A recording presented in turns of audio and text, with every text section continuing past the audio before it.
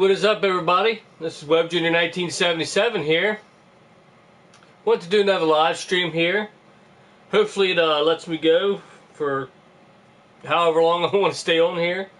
We all know how that goes. Anybody that's been following my channel for a while now knows it's been getting better, though. I'll admit that. I mean, it hasn't been quite as bad as it was before. It has its on and off days, I guess I'd say, but yeah, see how many people can get in here. Try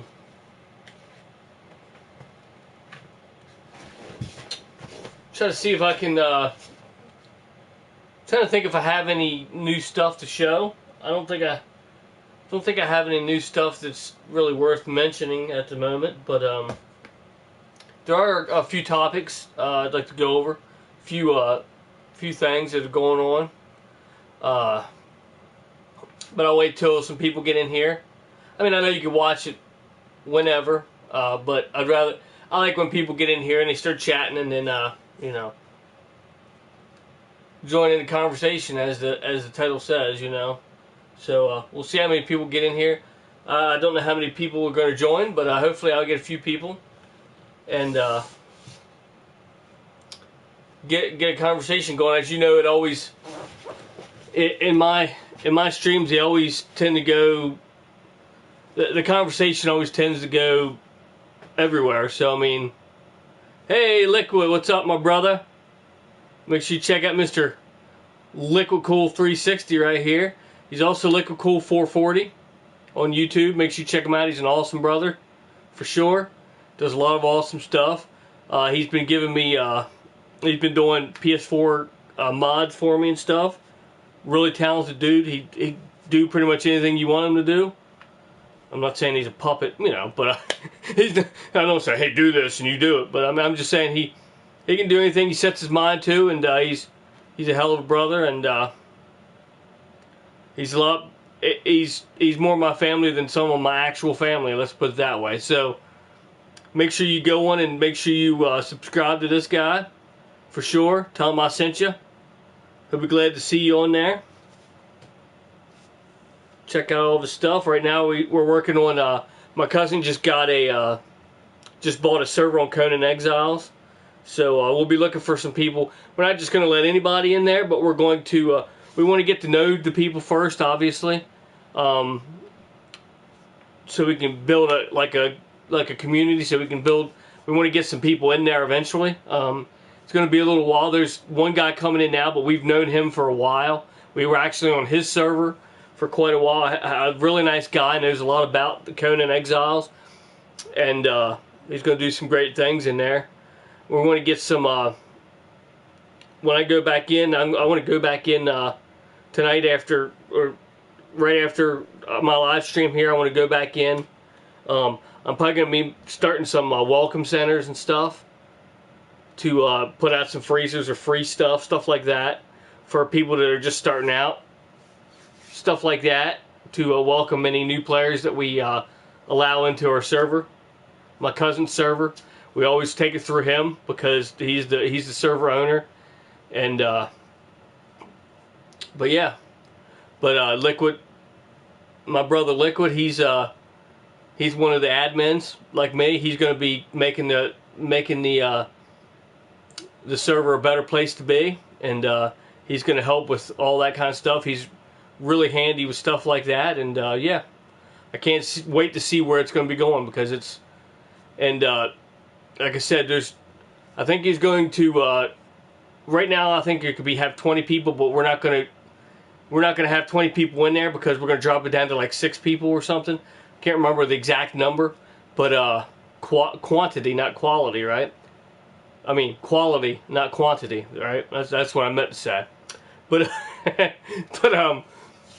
but yeah, we're gonna have quite a cool experience with that. I feel sure. Gonna get some people in there and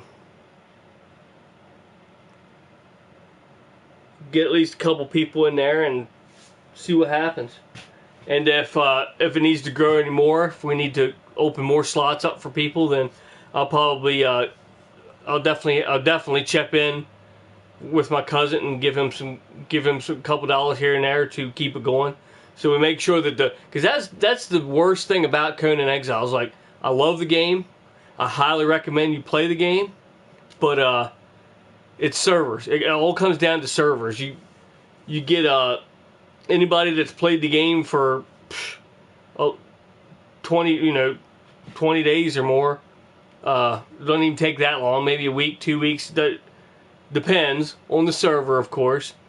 They go down. Like, either the server owner can't keep it up, can't keep paying the money, which is certainly understandable sometimes. I mean, people have issues with stuff. I mean, it just the way life is.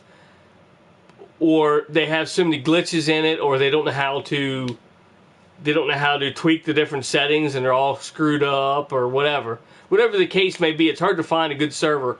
So with my cousin and with my cousin opening the server, and me, I'm going to chip in, help with the cost of it if we need to go. Especially if we need to, I'm going to help him with the cost of it anyway. But especially if we need to get more slots, I'm going to help him with that. And I think it's like $1 a slot or something like that. It's not that bad, but I can't remember the exact. I don't even think it's $1, but we'll see what happens. But to help him with building all the stuff he needs to build, and of course Liquid's going to be helping, and our other friend's going to be helping. Like you said, he used to own a server, so he knows a lot about it as well. So I mean, between us, we're gonna make it a really awesome place. That's for sure. A really awesome server. Who knows? Maybe eventually we probably will never open it up to just for people to jump in. It's always going to be password protected, but we might advertise it and try to get some people if it comes to that. I don't know. We'll see. But like I said, Liquid's in agreement with me, and I'm sure my cousin Brian is, and we want to kind of get to know the person first, so we don't know they're not just coming in to be idiots, just to not play the game right, or just be idiots. You know, there's a lot of people that just jump into that kind of stuff, and they're not serious about it. Like, we're not going to put up a bunch of rules, obviously.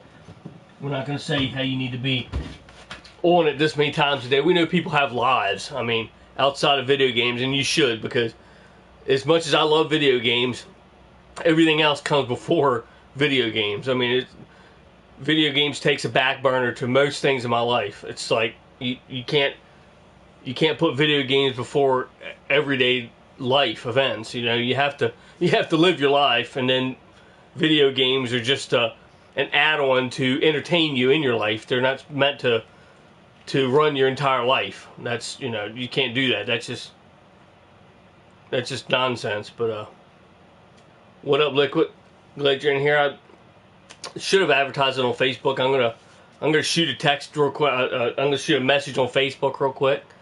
Maybe get some more people in here. But yeah, what's up, Liquid? You still won the game there, brother?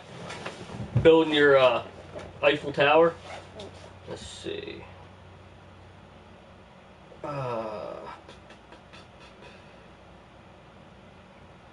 Bear with me here. I'm gonna go on Facebook here.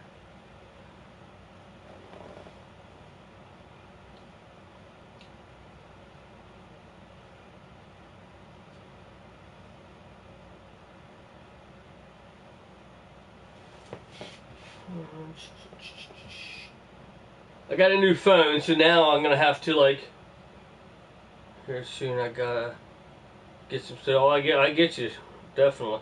I'll probably jump on and maybe start building a welcome center and stuff.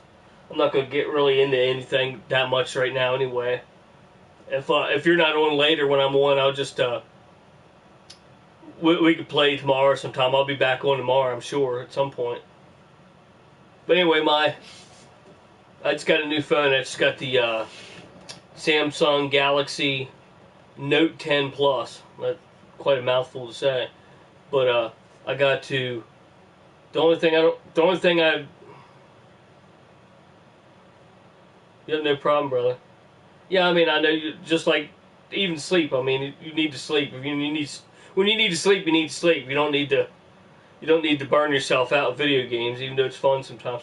But the anyway, it's an awesome phone. The only bad thing is uh, getting all your stuff back. You know, you might. I had most of my apps back, but I got most of them back, but I didn't. I didn't get them all back yet, but I'm getting them. I'm starting to get it set up the way I want to. And like when I go to type something in, like right now I'm typing in Webb's Retro Gaming Oasis is live on YouTube, basically. And normally, if it was my old phone, it would just be there. And I could just hit each word. But this phone hasn't. I haven't typed it into this phone yet, so it's kind of like, you know. So it's not there. You know how like it shows you like the history of what you've been typing for a certain amount of time. It's this phone doesn't have that yet because it doesn't have the history of when I've done it. So I have to do it all manually again, but which isn't a bad thing. I just, you know.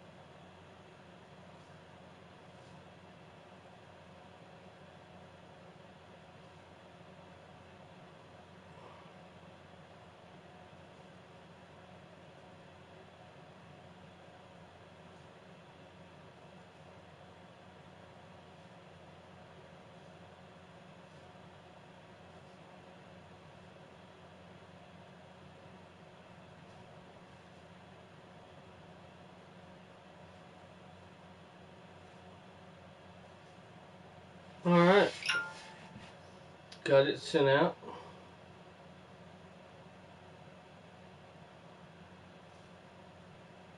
Well, kind of screwed it up a little bit.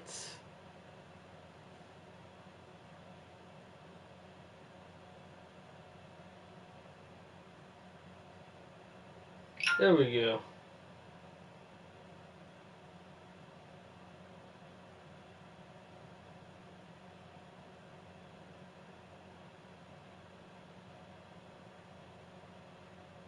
There we go.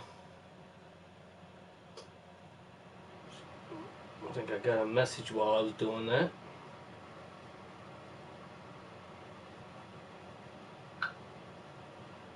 So yeah, try to get some more people in here and to spark up some conversations. Just trying to think if there's anything that I want to touch base on. There's my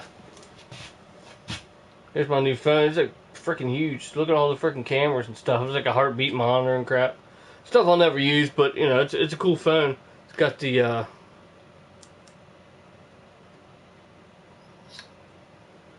stylus, which is really awesome.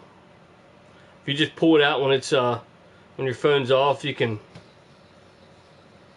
just open up like a can of whoop at now. Open up like a erase it. You can open like a notepad up so you can like take down a quick note or two and then save it, and then you'll have it. It's pretty awesome. I like it.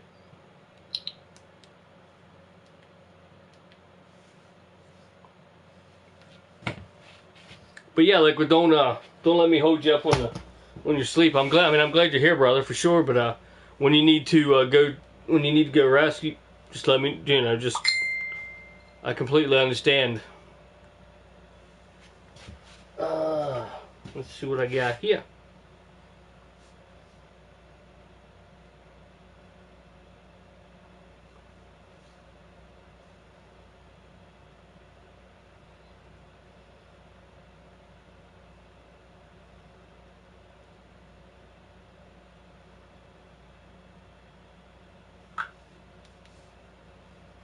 Alrighty, so does anybody have anything they want to talk about? Or most of the time we cover video game. Obviously, as you can tell, we cover video games, collectible kind of stuff. Obviously, Star Wars, wrestling a lot. I keep up with wrestling as much as I can, at least. But yeah, might even have a. I'm definitely going to have a retro stream here again before too much longer, but I actually made another, actually made two more. I make these belt gizmos because I'm part of a group called Retro Gaming Ghostbusters, and actually right here's the our card for anybody. You can check us out on Facebook. Retro Gaming Ghostbusters of Fulton County, PA. But we do charity events, and we do birthday parties, and we do a toy drive for the end of the year for kids less privileged kids that may not have that good of a Christmas this year, because they're always out there, unfortunately. So we want to help out, do our thing, do what we can to help that situation out. And we give out gift cards and stuff like that. But yeah. But I make these, the belt gizmo. It never really quite touches base on what exactly the belt gizmo is used for in Ghostbusters. It never really says anything about it. They just see them on her hip. It's basically a calculator. The innards of a calculator is what the original belt gizmo is exactly. But I make these out of video cards, as you can tell.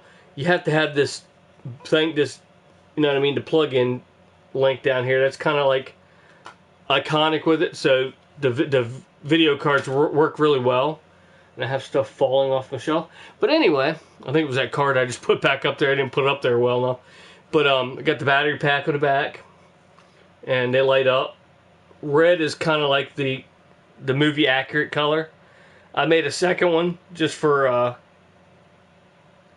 because I like to every once in a while have a little bit of movie accuracy, even though it doesn't look exactly like it. Who cares? But this one's actually more accurate as far as, because this port is on the correct side of the board for the other attachment, the little spiral cord with I can never remember what they call the other little board, but there's another little board that hooks to the belt and plugs into this.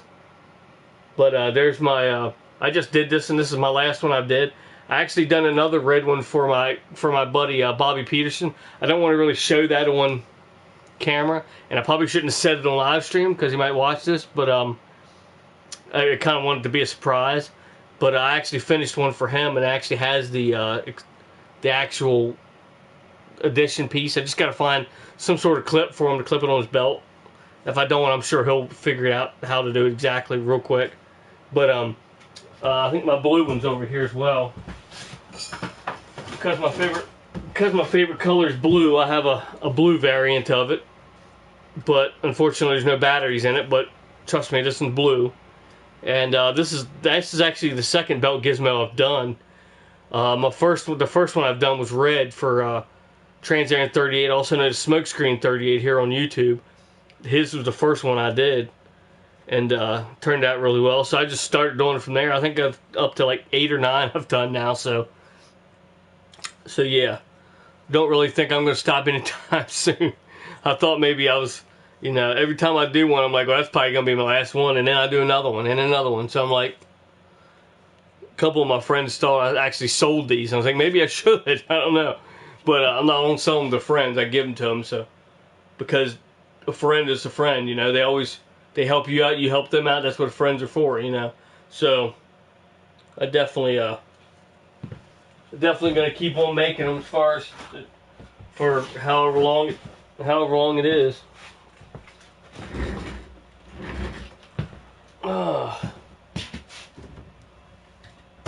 Says I got 3 people in here, but that's not really accurate as far as I tried this new it's actually pretty good, this Mountain Dew. It's actually pretty good. I don't know if all of you've seen that or not. It's Mary Mashup. It's actually pretty good. I thought it was, honestly, when I grabbed it out of the cooler, I thought it was Code Red. And I love the Code Red. Actually, I kind of like this better, I think. I try not to get too attached to shit like this because, as you can see, well, maybe that's not the case on this one. It's going to be the case on it, but I can't remember what I saw that says like limited edition or whatever.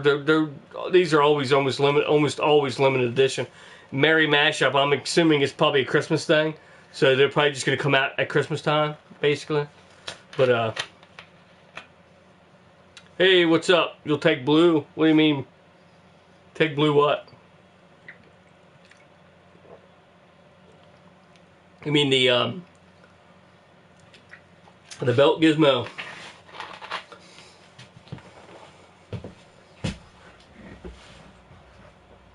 I should probably put batteries in that, but it's the blues. I actually kind of like the blue better. I love blue's my favorite color, so I actually made my pack blue and everything. I made the lights don't blink, but I made the lights inside the pack blue.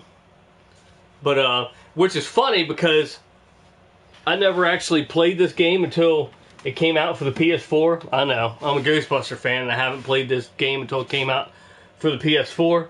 But I got so many games, I got probably 10 games in there. Not that many. I have that many, but I mean, more than that. But I have probably at least 3 or 4 games in there I've never even tried. And a couple of them, I'll probably never even put them in my PS4 and put them on the actual console. So, I mean, but on this game, it's actually a sequel to the original Ghostbusters 2 movie. It's Ghostbusters 1, Ghostbusters 2, and then this game takes place, which is pretty awesome. And they have like a recruit or whatever. I don't want to give much of it away, but I'll just tell you that they have a recruit. You're playing as the recruit, obviously. And they have, their pack does all kinds of cool stuff, and one of them is, it shoots out these like blue electric shock kind of, electrons or whatever, like the proton streams, and the pack actually glows blue, which is really awesome. I found that out after the fact of doing, my pack in blue. I just did it because that's my favorite color. So, I mean, for no other reason. But yeah, here's the, I actually have a physical copy of this game as well now. I'm a physical copy kind of guy. I originally downloaded it because it was for free. I mean, that's a no-brainer. It was free on the PlayStation. That card's never going to stay up there anymore, so I'm going to stop doing it now. But it was originally free on the PlayStation Plus store for a time. It isn't anymore, but a good buddy of mine, John, from Prime John 1 here on YouTube, gave me this because he wasn't playing it. So now I have a physical copy of it at least. So I like physical copies of stuff because eventually they're going to stop supporting the PS4. It's going to be a while because PS5's coming out 2020 here, but there's eventually they're going to stop supporting the PS4, and it's probably not going to be far as along as you think it's going to be. And when they do that, they're going to probably take the servers down for Conan Exiles, unless it ports over to the PS5 and you can keep playing it. But when they do that, then if you have a physical copy of it, you can still play it offline, which is pretty awesome. But which is not as fun, but you can still play the game. So if you have a downloaded copy, they might lose support on that server. If they lose support on that server, you're screwed. You're not gonna be able to play the game anymore, even whether you've bought it on digital copy or whether you've got it for free. So it's kind of that's pretty cool, Robbie. I like that. Kitty's sleeping.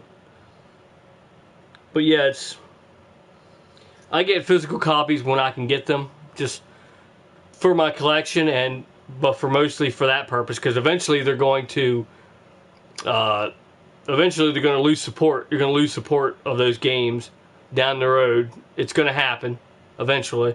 So why not be prepared for it now? You know what I mean? So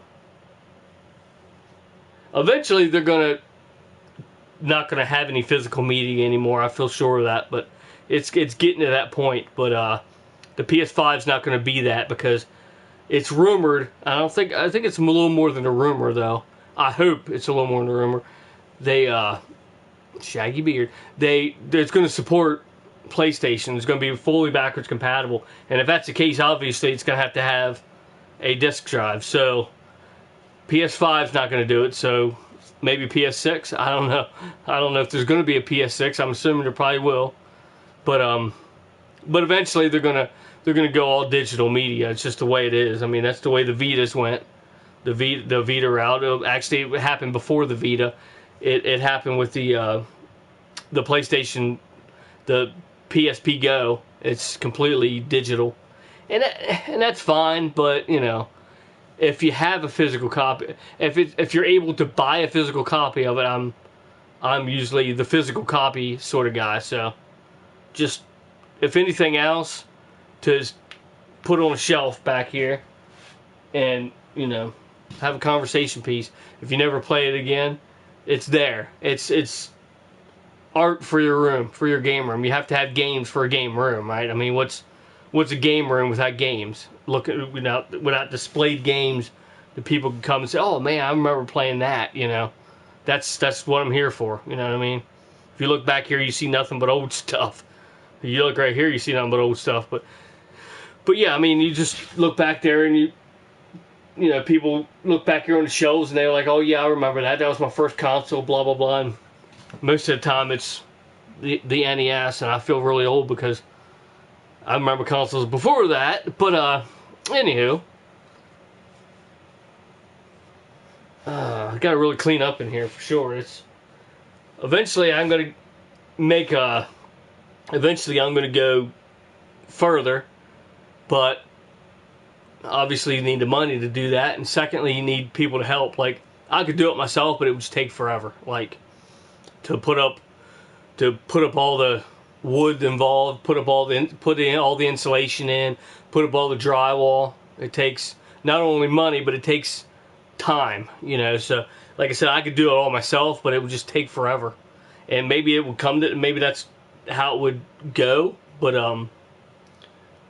who knows? I mean, I could probably get some help here and there, but you gotta have the money first. But eventually I'm gonna be expanding, and then I'll have all the room in the world, which of course I thought I had all the room in the world now, because if you've been following me from the beginning, you've seen my progression up.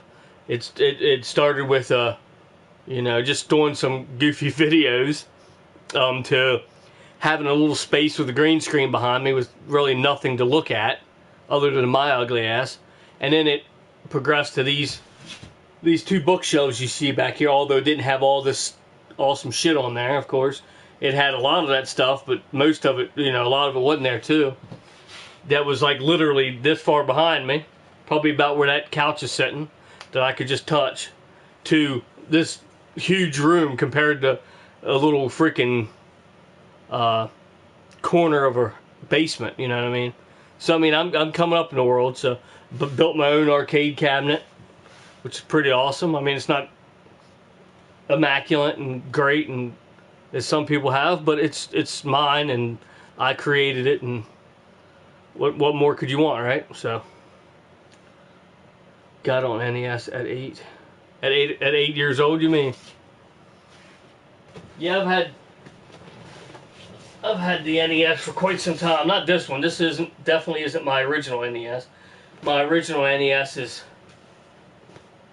God rest its soul, it's long gone, but probably about age, I don't know, 10 maybe, 11, 12, something like that. I had a house fire, and guess whose room was the only one it touched? Burned up all my masks. I've been looking for mask toys. I have a couple in my collection, which I'm grateful for, thanks to Transam 38, also known as Smokescreen 38 on here. He's helped me with that. The one I actually paid for, one he actually paid for me. But he helped me acquire them both, so I'm very grateful for that. I got a couple in my collection now. Just starting to try to get my collection back, because I lost a lot of stuff in that fire, and it's been years. I mean, it's been years since I've even seen a lot of the stuff that I've had when I was a kid. A lot of people think it's foolish, and I really don't care. But I collect what I want to collect. It's my money, you know. I work hard for my money, and I'll buy whatever the hell I want to buy. Family comes first, necessities for the family, and then after that, then if I have enough money to buy something for my collection, I do. So I mean, oh well, right? But yeah, I lost a lot of mask toys. I lost my NES. I currently have 2 NESs actually now, because my good buddy, this one here's like near mint. I mean, it's like, it has no yellowing, which is really awesome. And then a buddy of mine that lives 3 houses down here, he actually gave me one, and I painted it gold. I'm pretty sure I showed it on the stream at some point. Painted it gold, and put the gold symbol on the door, and put a gold Triforce. You know where I'm going here. Put a gold Triforce. It's like a Legend of Zelda edition kind of deal. It's pretty neat.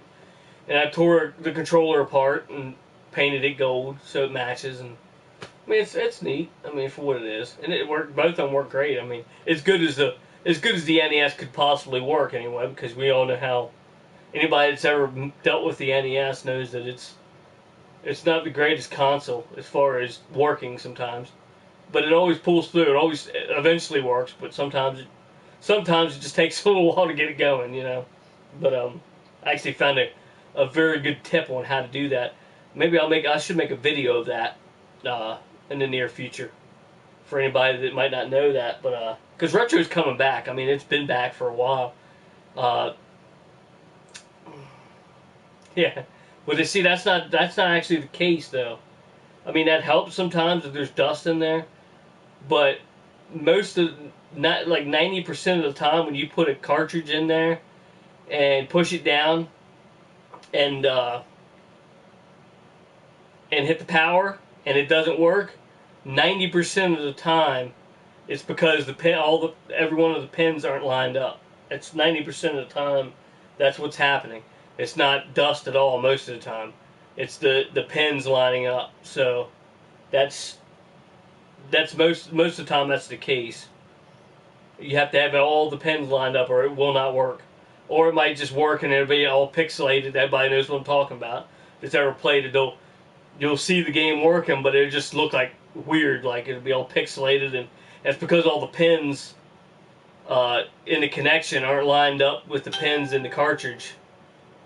Like, they have to fully be lined up. So, like, when you push the cartridge in, you'll notice that little notch that you normally use which was actually designed to pull the cartridge out. That little notch in it. Everybody knows what I'm talking about.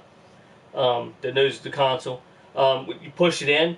When you push it down, before you release the button, before you release it, push it down and actually have your finger in that notch and actually slide the cartridge side to side before you let go, and let the cartridge set there. You know, let the cartridge in, and it'll help line up them pins better. But I'll probably do a video, and I really need to start doing videos and stuff like that, because I'm pretty sure you could probably find it on YouTube, but if you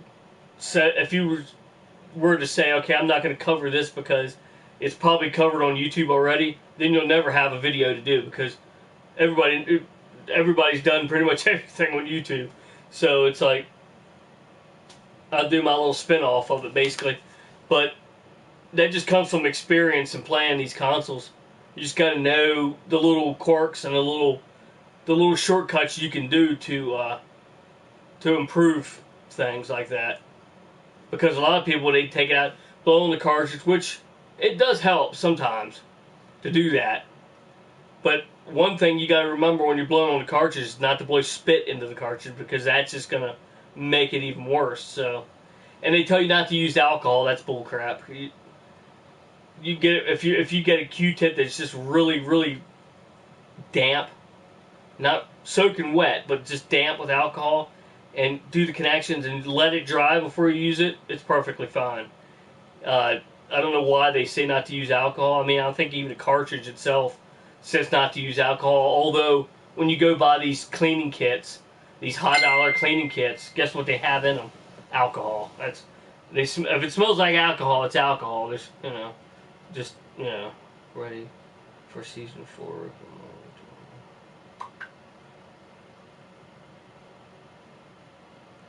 Thought sure I heard a couple dings, but yeah. I'm glad you could join me, Matt. I assume this is your first time checking out the stream. You have to check out check out all the videos. It would take forever to watch them all, but just go through and I have them labeled pretty good as to what they are, except for these type of videos. Like I said, they go all over the place. They talk from sometimes politics to video games to wrestling to Star Wars to figure collecting, all kinds of different shit. You know what I mean? It really doesn't matter what you're into. It covers a wide range of stuff. You know what I mean? So it's kind of what I do. Just I want to get back into the retro games. I was doing retro gaming streams. I definitely want to get back into that. I need to find a tripod, a camera tripod. I still haven't got a good camera tripod. My other one broke, so a camera tripod is what I was normally using to do the streams. I want to get the camera tripod, and I want to get a second. A second camera would be great, but a second camera would be expensive. So what I would like to do is I'm going to get a second. I don't know if whoever has cameras probably knows what I'm talking about. The little bracket that you get with the camera that you set up on your TV. I can't really show you now without taking the camera down, obviously. But that way I can not permanently, but semi-permanently attach it to the camera to the tripod. If I do that, though, I might not actually have to get another tripod because I have a tripod. It's just the main piece where the camera hooks to broke off, which the PS4 camera doesn't have anyway. But so kind of semi-permanently attach that bracket. That way all I have to do is unsnap the camera from the one that's on the TV and snap it on that. That way I don't have to take it off all the time. I'll have a sturdy place to excuse me, to mount the camera, because nobody likes Blair Witch Project, this kind of crap, you know what I mean, or it uneven, and my OCD kicks in when I see a picture hanging on the wall like that, you know what I mean. It just drives me nuts, and I'm sure it would drive a lot of other people nuts too. But yeah, here actually Friday. That's another thing I want to talk to everyone about. Friday, come here Friday. I'm leaving work at 11 o'clock. We're gonna go to Lancaster or Lancaster, however you want to pronounce it. I'm not exactly sure how it's pronounced. People pronounce it differently, so I'll cover both just for all the people that are gonna go. No, it's not called Lancaster. It's called Lancaster. Whatever, one of them two. That's what it's called. Okay, how's about that? But we're going to go to Lancaster to I guess it's like a vineyard like that makes wine and stuff. What's going to be a vodka, Crystal Skull vodka, which I don't drink personally, but you have to buy a bottle of Crystal Skull vodka, which I'm going to do. Not going to drink it. Like I said, I'm not a drinker, but I'll give the booze to someone else, and I'll probably keep the Crystal Skull vodka bottle. I've always actually wanted one of them just for display. Hey, what's up, Mr. Game Dungeon Productions? Make sure you check out this guy as well. Awesome buddy. Make sure you check his channel out. He does all kinds of awesome stuff. Has a hell of a game room. And, yeah. Does the retro streaming that I need to start doing again. Like I said, once I get the shit to do it with, get set back up. And stop using the stupid flat screen and start using the retro TV like it was, like life intended it to be. But anyway, back to the subject. You have to buy a bottle of Crystal Skull vodka, which is like $50-ish, like 50-something couple dollars. And you get and we meet Dan Aykroyd, which is awesome. So,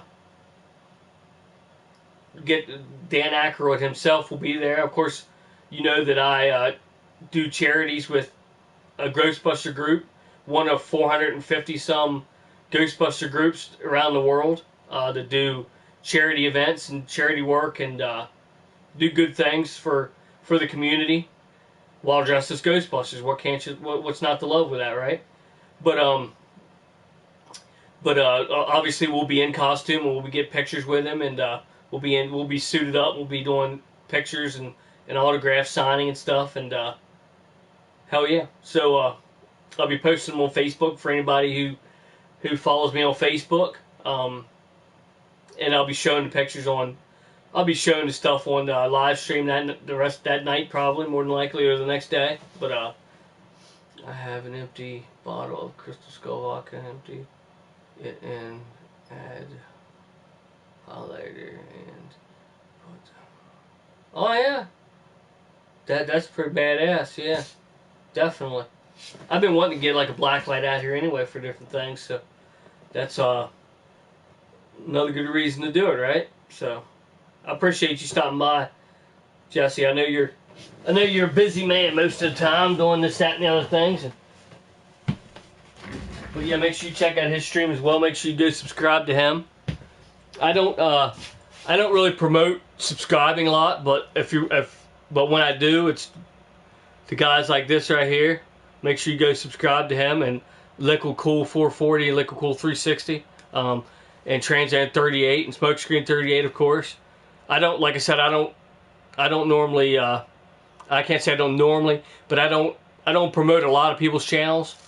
Just, the ones that I know personally and talk to on a daily basis and stuff, that I know that are great guys that won't steer you wrong. And Jesse's definitely one of them guys. So make sure you check out his channel for sure.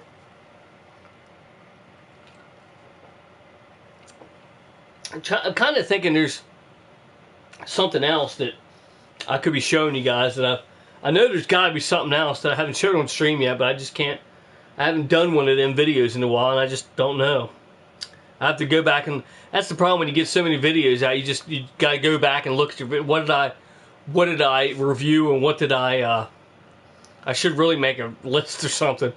But been playing tons of games. Luigi's Mansion 3. Luigi's Mansion 3? Cool. Medieval Remaster. Next week's Jedi Fallen Order. Jedi Fallen Order. Is that the one they've been talking about, Jesse?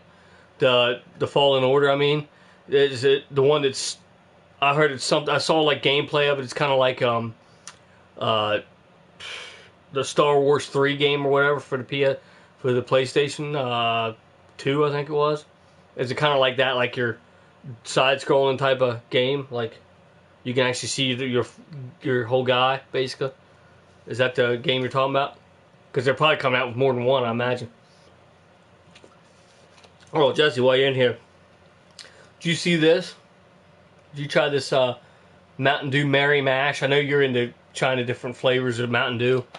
or at least was anyway. But they got rid of the I don't know if they got rid of pitch black where you're at, Jesse, but they got rid of pitch black here in Pennsylvania, which pissed me off. But I didn't notice until Aaron told me. He said, I think they have it in fountain drinks. Sure enough, it's in fountain drinks, which is weird. Like, oddly enough, though, this actually has. It doesn't taste like pitch black, but it's like, I can't say that, but it has a similar taste, I should say, I guess. Liberty Brew, really, really good too. Liberty Brew, oh yeah, I did try that one. That one was good, yeah. That one was good.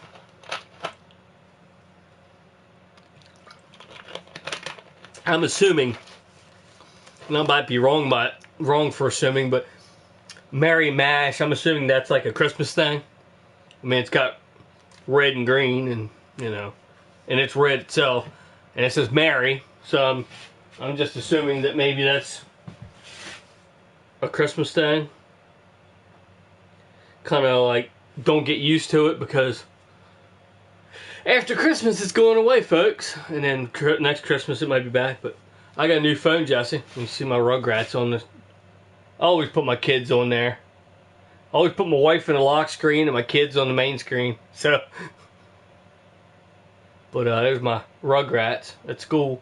But it's a bit of a mouthful, so excuse me while I say it. It's a Samsung Galaxy Note 10 Plus. There we go. Thank you, sir. But yeah, it's got the stylus and 1,000 programs on it that I'll never use, that kind of thing. But it's really awesome to have. I actually have to send you. I know I usually talk to you through YouTube through Facebook Messenger, but I'll shoot you my new phone number. That's another story in and of itself. Well, anyway, I'll go ahead and tell you, since it's so boring, and you guys want to be bored, right? So I went to.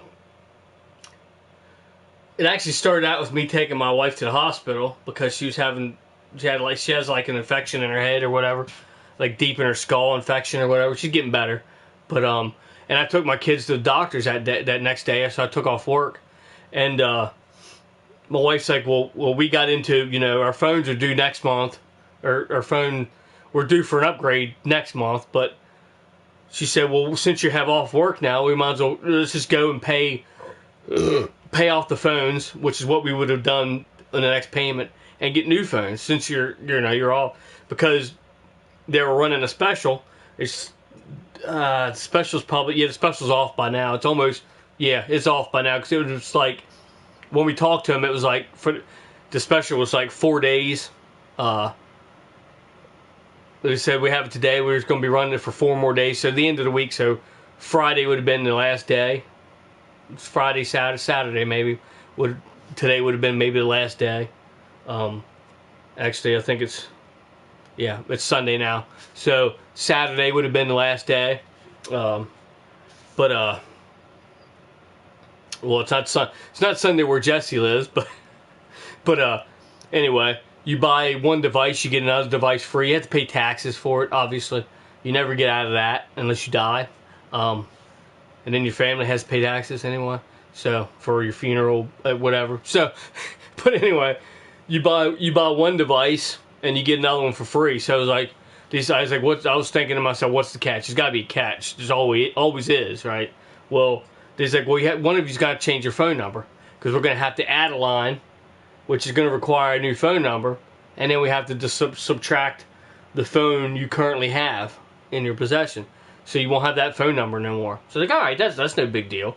Do my phone number, because my wife has a painting business, and she does Mary Kay, and she's got the school board. The school board's got a number. Important people have her number. Let's not change that one. Let's change mine, because I can just give my phone number back out to the people that need it. There's no real connection. There's no business connection or having to go online and change all this crap up. But so I changed my number. It's fine, So they told me to change it. That this is what it's changed to. I'm like, okay, that's cool. So I go home, have the number, give it to everybody, and I didn't give it to everybody, but thank God I didn't, because after that, the next day, I text my friend, or text my, well, he's my friend too. I text my cousin and said, "You still coming out this weekend?" Because he lives right in the town I work at. So instead of him driving out and burning more gas, I just pick him up, bring him to my house, take him back, Monday morning when I go to work. So it makes sense, So I'm like, "You still want to come out?" And he's like, "Well, who is this?" He said, "Is this Billy?" He's like, "Did you get another new number?" I'm like, "No, I don't think so." He said, "Well, there's a new number coming up." So I look at my phone. You go to the settings. Everybody knows how to do it. You go to the settings, look up phone information, and my number has changed again. I'm like, "What?" So now I gotta give out my new number again. So long story short. Now that I've said the long story there, make sure I shoot you my number, Jesse, so you have it. I know I talk to you on Facebook Messenger all the time anyway, on Messenger, but it's good to have the number too, just in case. You never know. Hey, great toy collection. I appreciate that. Thank you. But yeah, it's kind of weird, because I was like, well, I wasn't that concerned with it, because then I was like, well, who else could have done it? I mean, it had to be Verizon that did it. They're the only ones that even have that equipment to get into your stuff, have the information. And if it was some Tom, Dick, or Harry, which it wasn't, and pretty much impossible for it to be, what would they have gained by changing my number? They can't do nothing with my phone number. I mean, it just, except for know it and give me prank calls all the time. That's really the only thing they can do with it. But yeah, I appreciate it, sir, or ma'am, whichever the case may be. I've been collecting for quite a while. This isn't actually even that long of collecting. I mean, some of the stuff in here is pretty old, but I mean, a lot of it's pretty old, but I mean, very few of it I've had for a long time. I haven't had a lot of this stuff for a long time. I just acquired it recently, compared to, like the NES is not my original NES, stuff like that. But I just kind of started collecting over the years, and now I got this crap, because all this crap, and I don't have no room for it. But that's good. That's fine. I can make more room eventually. I've been putting up shelves and stuff. That helps. Kind of utilize the space. And have you seen the Retro Blasting YouTube channel? No, I haven't actually.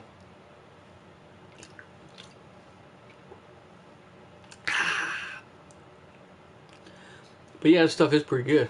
I'm not trying to give a cheap plug, or I'm not sponsored by Mountain Dew by any means, but it's pretty good. It's really the only time I buy Pepsi products is when I'm buying Mountain Dew, because I don't really like Pepsi itself. I have. Oh, you have? Is it a cool channel, like retro games and stuff, or retro, like just old stuff like this, or?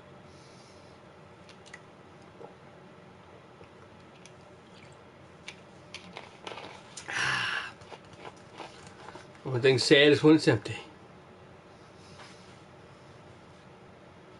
But anyway,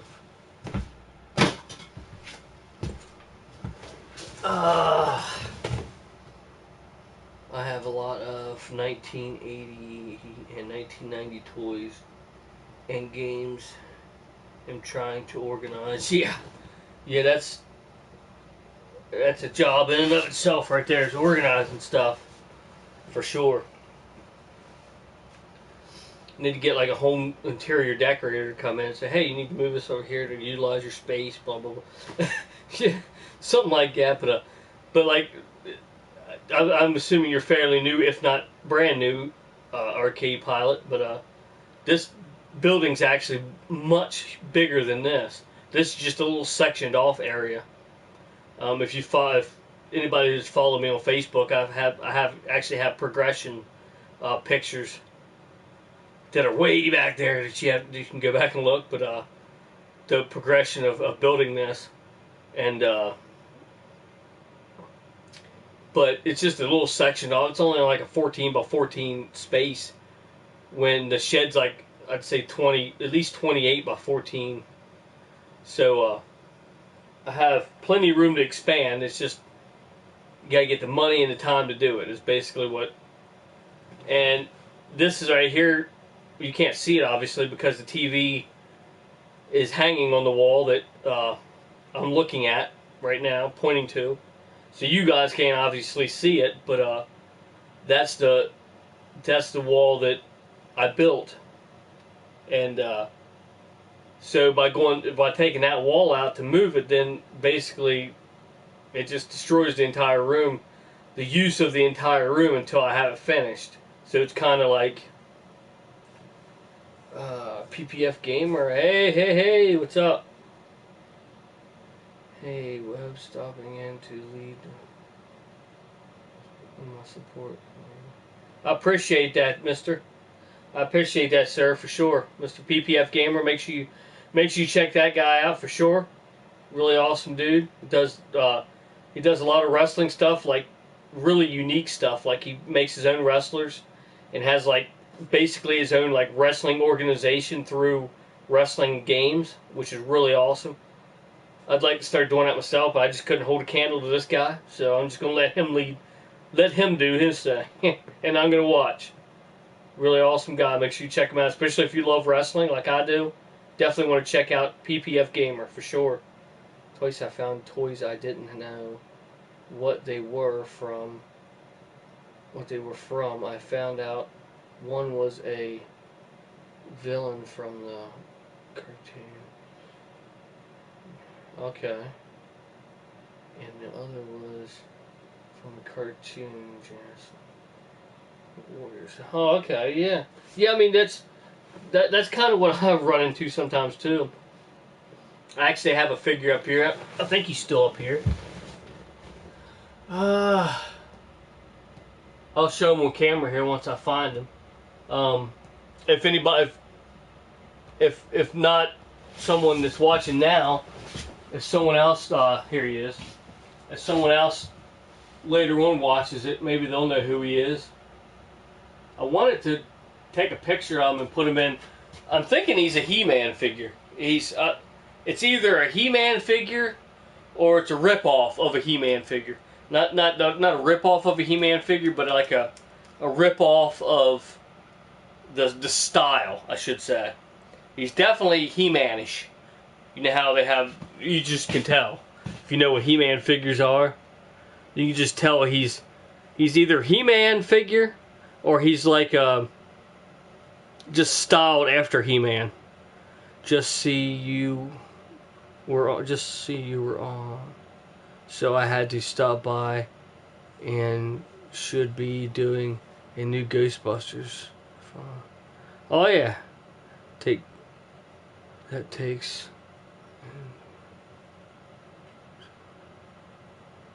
it's a He-Man figure.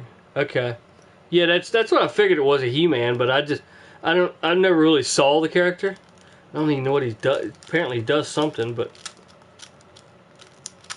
it's got this thing on his back. I'm not sure exactly what it does. A sparker maybe, but it's not working, I don't think. From what I could tell, it's not working anyway, but I know he's like a He-Man figure, because you can tell by all of them have that type of, I don't know, garments or under whatever you want to call it, and they just have that look to them. You know what I mean? A lot of it's the same basic figure. They just change it up, the head and the colors and the hands, and make it a different figure, which is good business. Just good, you know, a good marketing strategy. Let's put it that way. But yeah. Ugh. You know, like I said, we'll almost definitely, probably maybe not a live stream, because I don't like doing live streams with my phone through stuff, because it gets all pixelated and crap. Talking about that with the PS4 control or PS4 camera, But anyway, let me get to the comments here before I say this. I was surprised. I didn't think I would. See, I've missed that one. But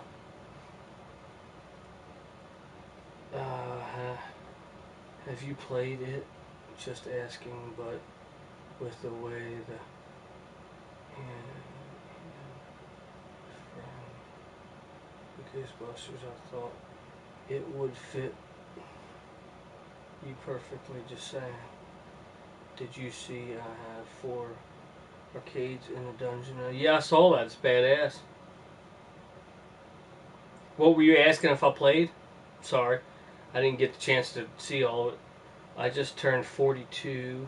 I'm 42 as well, so I thought I was too old. No, you're never too old for that. Definitely not. Never too old to play. Exactly, John. Thank you. Yeah, right there, Prime John 1. Make sure you subscribe to him as well. He's an awesome brother as well. Does a lot of good things. So yeah. He's actually part of the retro game of Ghostbusters. Game Dungeon. Game machines. Awesome, crazy. Yeah, there was only 2 there when I joined the dungeon. When I actually got in there and was playing.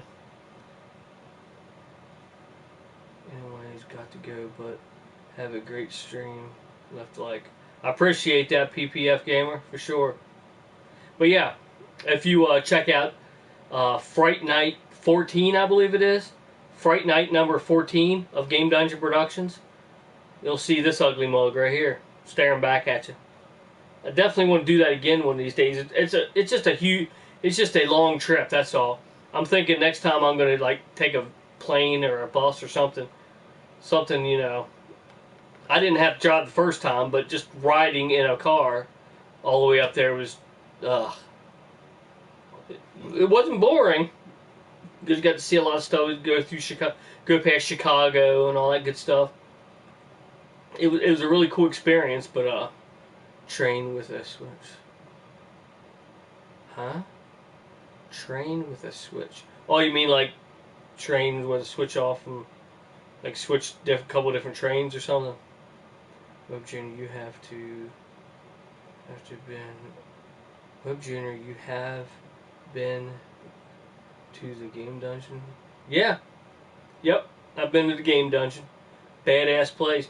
It's only gotten better since I've been there. So yeah, I mean, he's made it a little bit bigger. He's moved his arcade cabinets back, and he's got more arcade cabinets.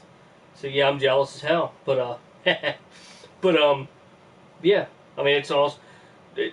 Not only is he an awesome dude, but it's an awesome place to be. So I definitely got to do it again sometime for sure. Taking a long taking a long range train ride with the Nintendo Switch.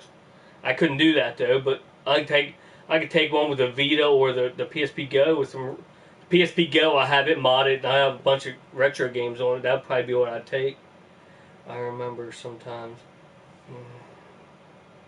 had guests on his show. Yeah, yep. He still does once in a while. I haven't seen one for a while, but I'm assuming he still does it. But yeah, I was definitely one of them guests. I'm on one of the Halloween streams, Fright Fest number 14, I believe it is. 12 or 14. I think it's 14.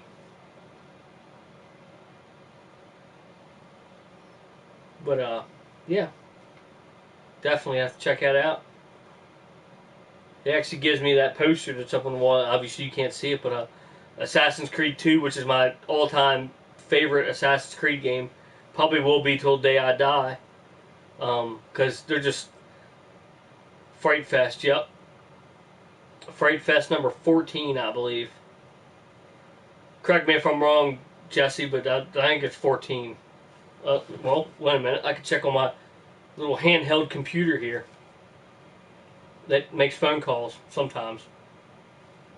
That occasionally makes phone calls.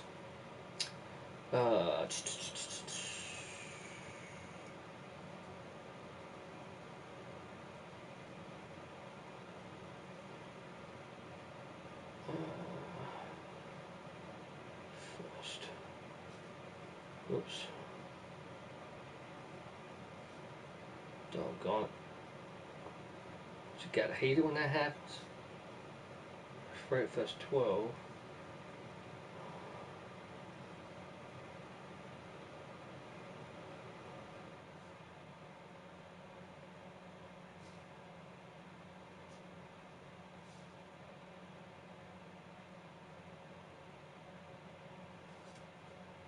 Can you believe this last Halloween was my 5th?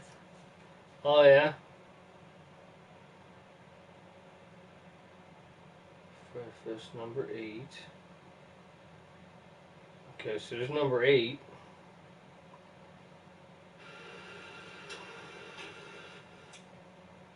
Let's see if I can find.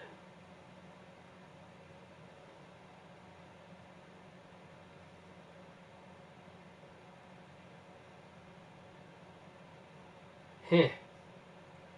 This is proving to be harder than I thought. But yeah, it's pretty awesome, Jesse, for sure. For sure. Game. Having that same issue with the typing and stuff.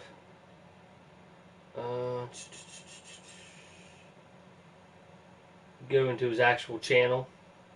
Game Dungeon Productions, obviously, just like you see it on the screen there. Game Dungeon Productions.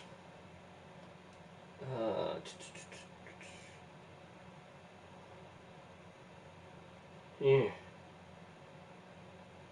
And as many videos as I have up, he has way more. So it's going to be a little hard to find. Luigi's Mansion 3 is very well done. Oh yeah. See, I can't play that crap. Not crap. That's not the word I was looking for. I can't play that stuff because now I don't. It's probably only on the Switch, isn't it? I need to break down and get one of those.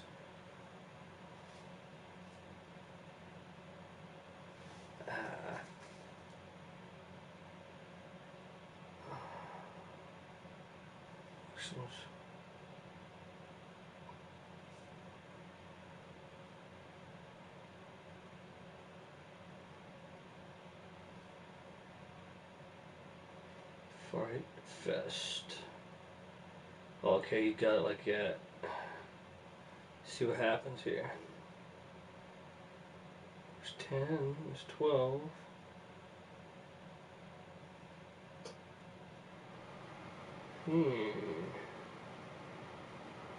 Oh, it's 12. Okay. It's number 12. I'm sorry. Fright Fest number 12.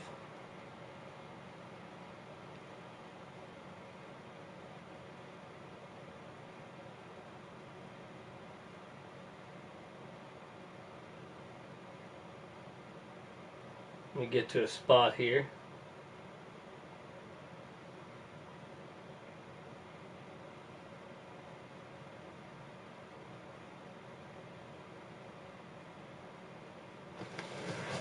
Right there. Can't really see it because this camera sucks, but yeah. Right there's my ugly mug on Game Dungeon in the dungeon.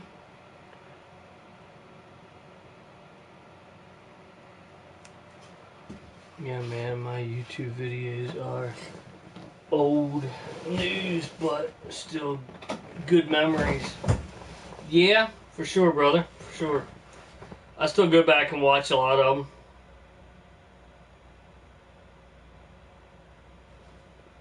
Do you not do YouTube? Do you not do videos anymore? King Dungeon Productions now on Twitch. Oh, okay. For live shows, okay.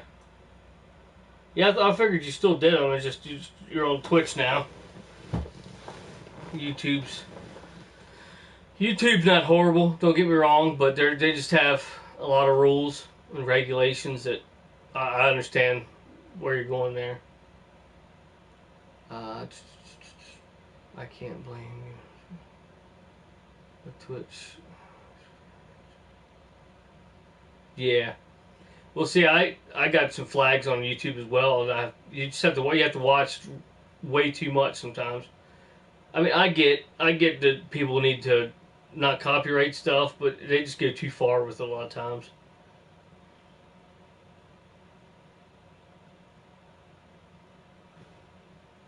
Yeah, I mean, it's like, what was the last? The last flag was, last flag I think I got was the, when I did, when I did a giveaway. Because I do giveaways with the, with the wrestling game. Similar to Jesse in Game Dungeon Production does it with the, Mario Party. Wait a minute. Mario Party? Not Mario Party. Yeah. Super Smash Brothers. I'm sorry. Does it with the Super Smash Brothers with the doing the giveaway stuff. I do it with the wrestling games, and CM Punk's Music Cult of Personality got flagged for it. I've seen classic gaming channels and they have like 10. Yeah. On YouTube there's some that are almost using only 220 or Twitch and yeah. It says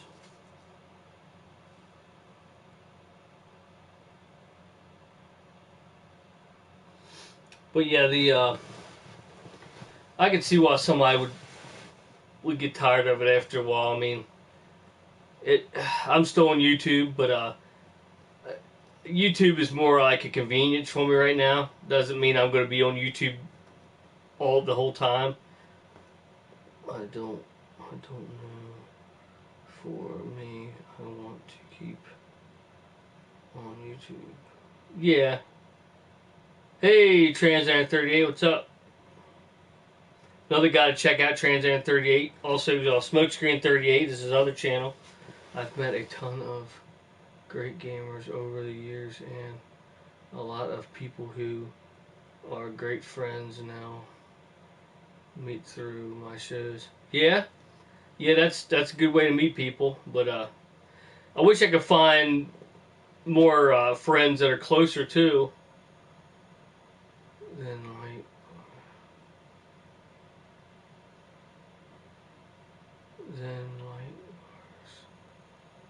we got. Hell yeah, I mean, got a good deal. Yeah, you definitely got a good deal on it for sure. Hopefully, when I go to do, when I actually get the money and the supplies to do my truck, I'll be able to find something like that. Because that one of them bars about that size would be perfect on like a roll bar kind of thing, like you were saying. It'd be perfect for something like that. But yeah, for sure. But yeah, I mean there's a lot of people you meet over the years on. I've met more people online video gaming than pretty much anything else. Like I actually met a good friend. I actually hadn't talked to him in quite a while, and but I met him on PlayStation Home. I met him on PlayStation Home. We used to go just hang out on PlayStation Home for hours. Like I miss doing that. Now they have the Atom Universe. It's not the same. It's changed and let's see.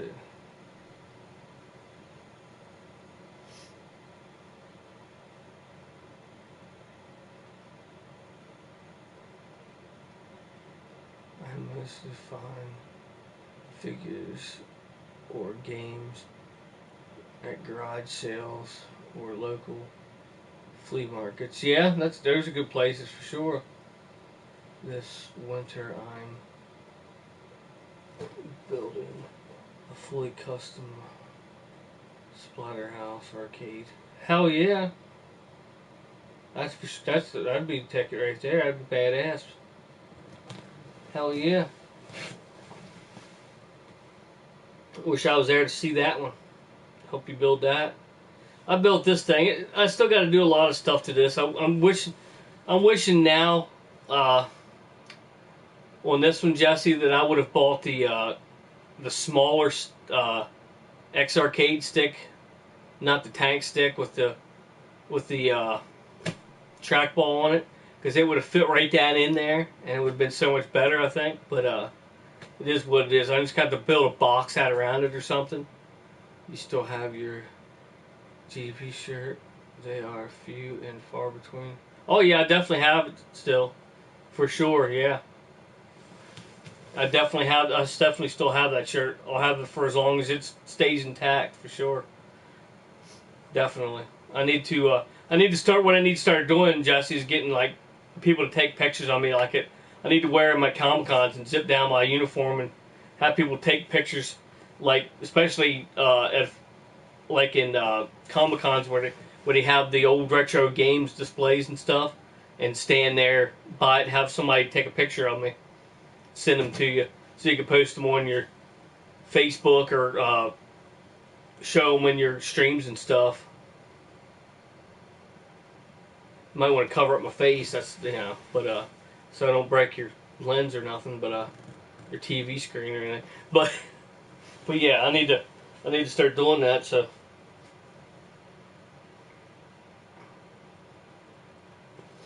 Did you see earlier in the show here in the stream here? We're going to see Dan Aykroyd on Friday. Myself and the Retro Game Ghostbusters. We're going to go see Dan Aykroyd. Oh, Junior, some of your figures from childhood. Yeah. Well. No, not. I mean. How am I going to say this? Some of them, a lot of them, in fact, are figures that I've had when I was a child, but none of them were actually from my childhood, per se. I'm sure I have a few somewhere in my collection that I've had since I was younger, but very few of them. Because I had a fire in my house when I was, I want to say 12, and basically destroyed everything I owned. So there's very few things that I had left from that fire. So sadly enough, but also I saw a new pic of the new Ghostbusters today. Yeah, Jesse, it's funny you should say that because I don't know if you saw my other streams, but I had some of them are from my childhood. Some of them were actually from Jesse's Game Dungeon, like Jesse's possession. Like I got them from him. From Game Dungeon Productions, actually, I have maybe 20 different still. But,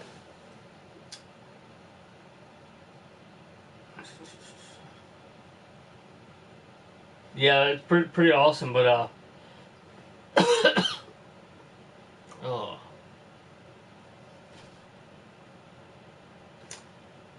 But, yeah, I have some of them, I have a lot of them that I used to have, but, I lost a lot of them in a fire, but for sure. But yeah, I mean, I had to. I'm slowly getting some stuff back that I had when I was a child, but I can't. I don't really know what my oldest thing would be. Like for instance, I have a picture of me really young holding up the sound wave, but that's not the original one. That's the reissue that they came out with not long ago. But trying to remember what I was going to tell you, Jesse. I started telling you something and I kind of got sidetracked. But if you can refresh my memory, if you can tell me what I was saying after I talked about losing all that stuff. I like Robotech, but later on I also was a little interested in Gundam figures. Oh, okay. I do have a. Maybe you'll know what it is. I think it's Robotech, but I can't remember.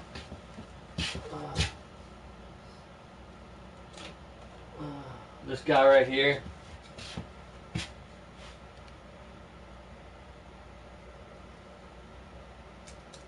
I don't know if you know who that is.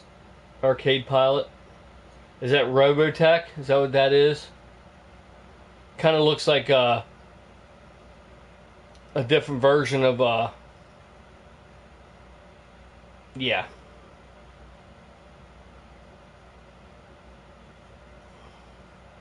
A different version of Jetfire, basically. I hate taking things out of here because everything likes to fall when I go to put the stuff back, but But anyway, we're going to on Friday. We're going to see Dan Aykroyd. Jesse, I don't know if you remember me saying that from. I don't know if you were in here when I said that or not. Gonna be an awesome experience. Yeah, Robotech. Okay, that's what I thought it was. That's kind of where they got the idea for Jetfire. He's basically that same robot. They changed up the sculpting a little bit, changed his head sculpt. Alright, Jetfire from Transformers is a mold of Robotech. Yeah, I have Jetfire up there. See, I had Jetfire when I was a kid, but it was a hand-me-down from my cousin, and the only reason he gave it to me is because the head was broke off. But I still played with it anyway. It was still awesome in jet mode, you know what I mean? You couldn't tell in jet mode. But now I have one up there that has a head, so that's a plus. So, but yeah, I lost a lot of stuff in the fire. A lot of good stuff. But that I wish I had back. I had a lot of mask, like I was saying. And Bulldog in particular, I'd love to get Bulldog back. That's the main one I'd love to get back. But maybe never will happen. But hopefully someday I'll be able to get it back. Saw one at the toy show when we went to one time, but they wanted $100 for it. I just didn't have the money. I wish I had, because I would love to have it on my shelf again. There are some good life.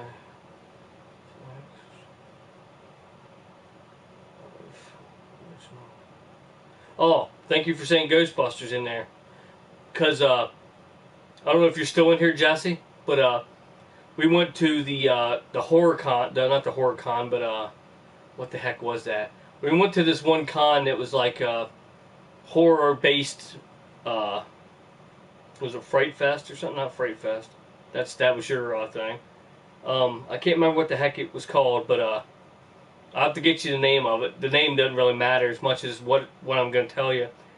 We saw a Jason Voorhees there, and he's not real well known as playing Jason Voorhees, but only because of the fact that he's a stunt, like the stunt guy for the guy that played Jason in Freddy vs. Jason, and he actually done a lot of the scenes, or the most dangerous parts of the scenes, like when Jason was on fire running through the field, killing all them kids and stuff. He did that scene, and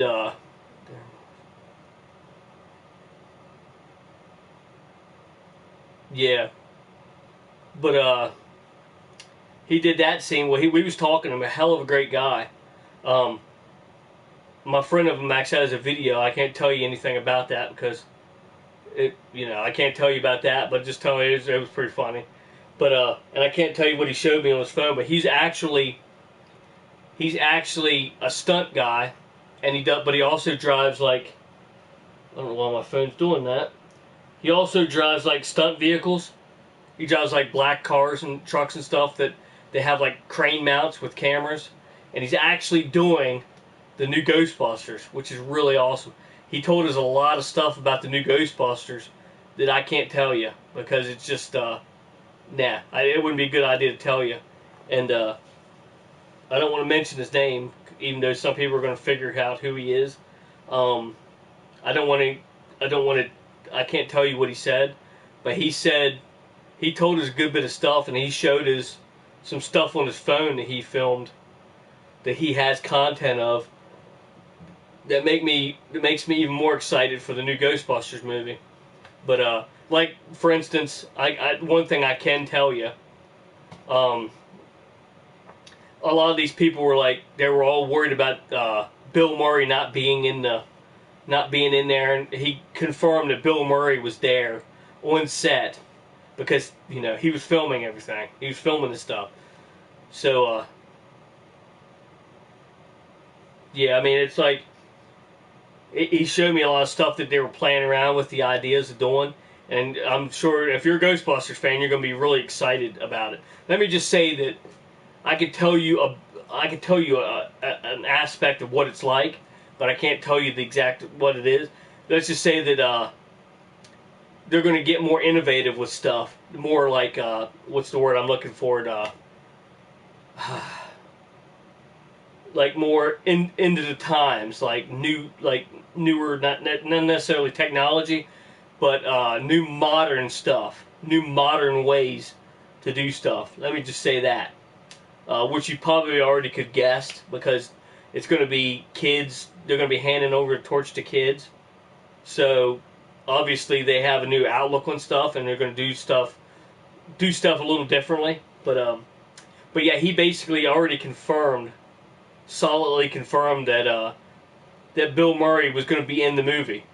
He wasn't sure at the time of how involved he was going to be in the movie, but that he was definitely in the movie. And then there was a lot of people out there. There's a lot of speculation as to whether he was going to be even in the movie at some points. But there was ever no doubt in our minds because we talked to the guy that filmed him on set. So I mean, I couldn't tell anybody that until after the fact. But yeah, there's some stuff he showed us that I can't tell you about. But let me just say that anybody that loves Ghostbusters is going to like this movie. It's not going to be another movie like the woman's movie. Sorry.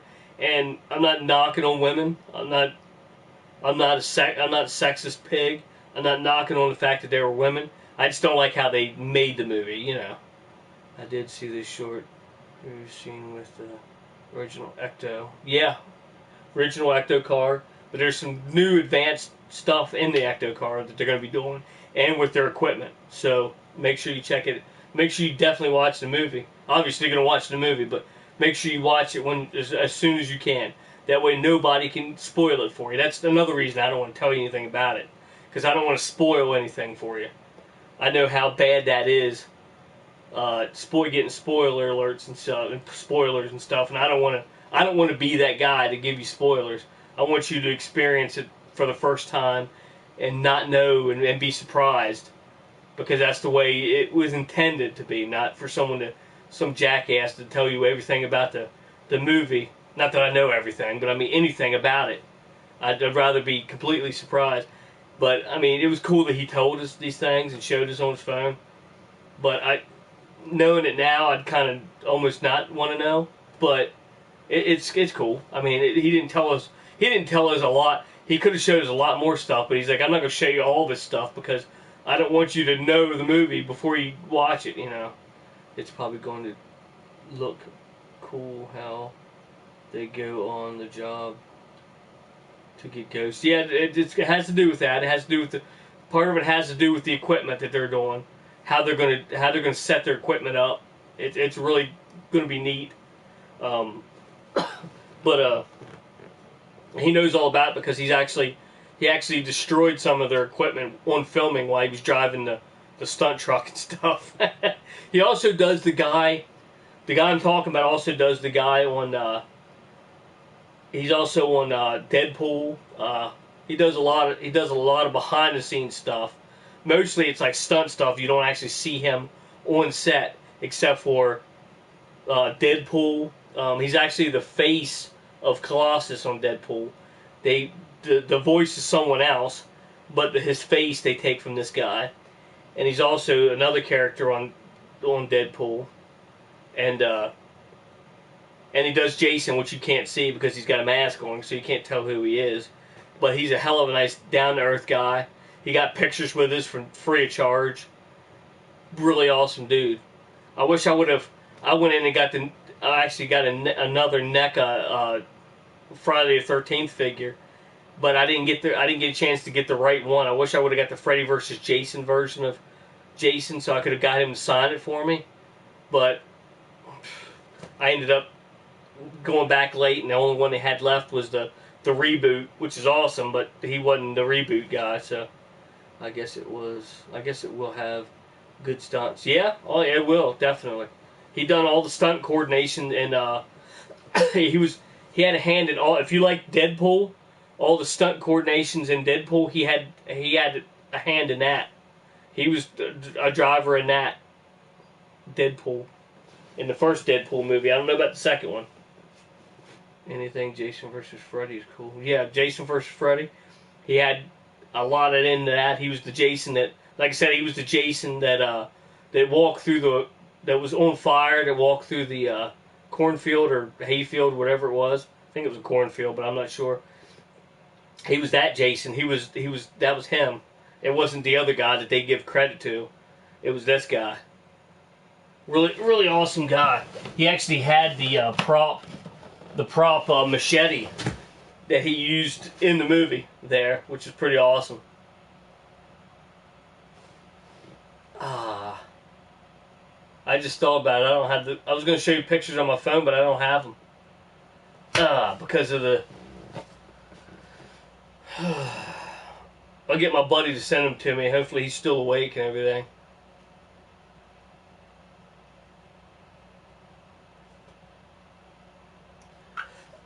I'll see if he can send them to me, and I'll show you.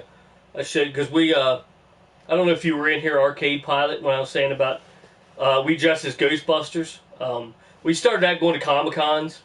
For anybody that don't know, just hold on a second.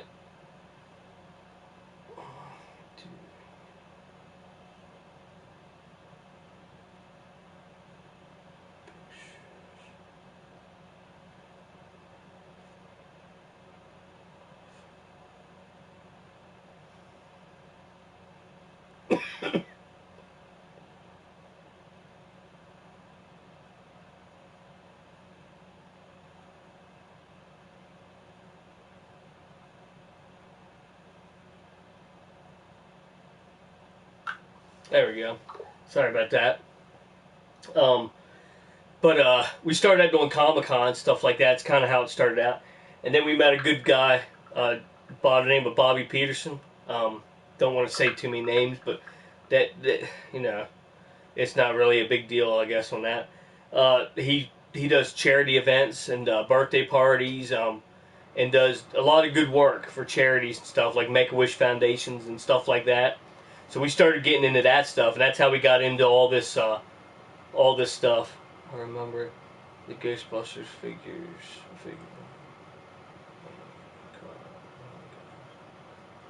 Hell yeah, yeah, definitely. But we got into it a lot like that, and then we started doing charity work and stuff like that. So we're the Retro Gaming Ghostbusters of Fulton County, PA. We do charity work, stuff like that. We're going to be a franchise. We're going to eventually become a franchise like them. He's going to help us get a franchise through Ghost Corps, which is the Ghost Corps is like a Ghostbusters franchising. They give out franchises to different Ghostbusters groups. There's like 400. There's like 450 to 500 groups around the world that do charity work and stuff like that. Give back to the communities, and give presents to kids that may not have a Christmas. You know, the less fortunate kids and families that wouldn't have a Christmas otherwise. So I mean, definitely worthwhile cause, and we definitely want to start going to like St. Jude's and the cancer hospitals and all these places. And you know what I mean, and just brighten up their day, because that's the people that need it the most. You know what I mean, they need hope to keep fighting. So I mean, that's what we want. That's what we're trying to do. You know, so a lot of people will see us and they'll act like complete asses. Like they'll be like, why do you have your car decked? First of all, you have a Silverado. My buddy has a Pontiac Vibe, and I have a Silverado decked out like an Ecto, you know what I mean? Well, I don't have mine done yet, but I'm in the process of it. And they look at us like we're fucking idiots, you know what I mean? And a good case, we went to a Burger King the one day, and it was in Hancock, Maryland. And for anybody, I don't know who might know that's watching, but we actually went to an elementary school there, because they were having like not a Comic-Con, but like a convention of superheroes, stuff like that. So we went as the Ghostbusters, and they loved it. It just made their day to see us there, you know what I mean? And it was a charity event. They were taking donations for charity, stuff like that.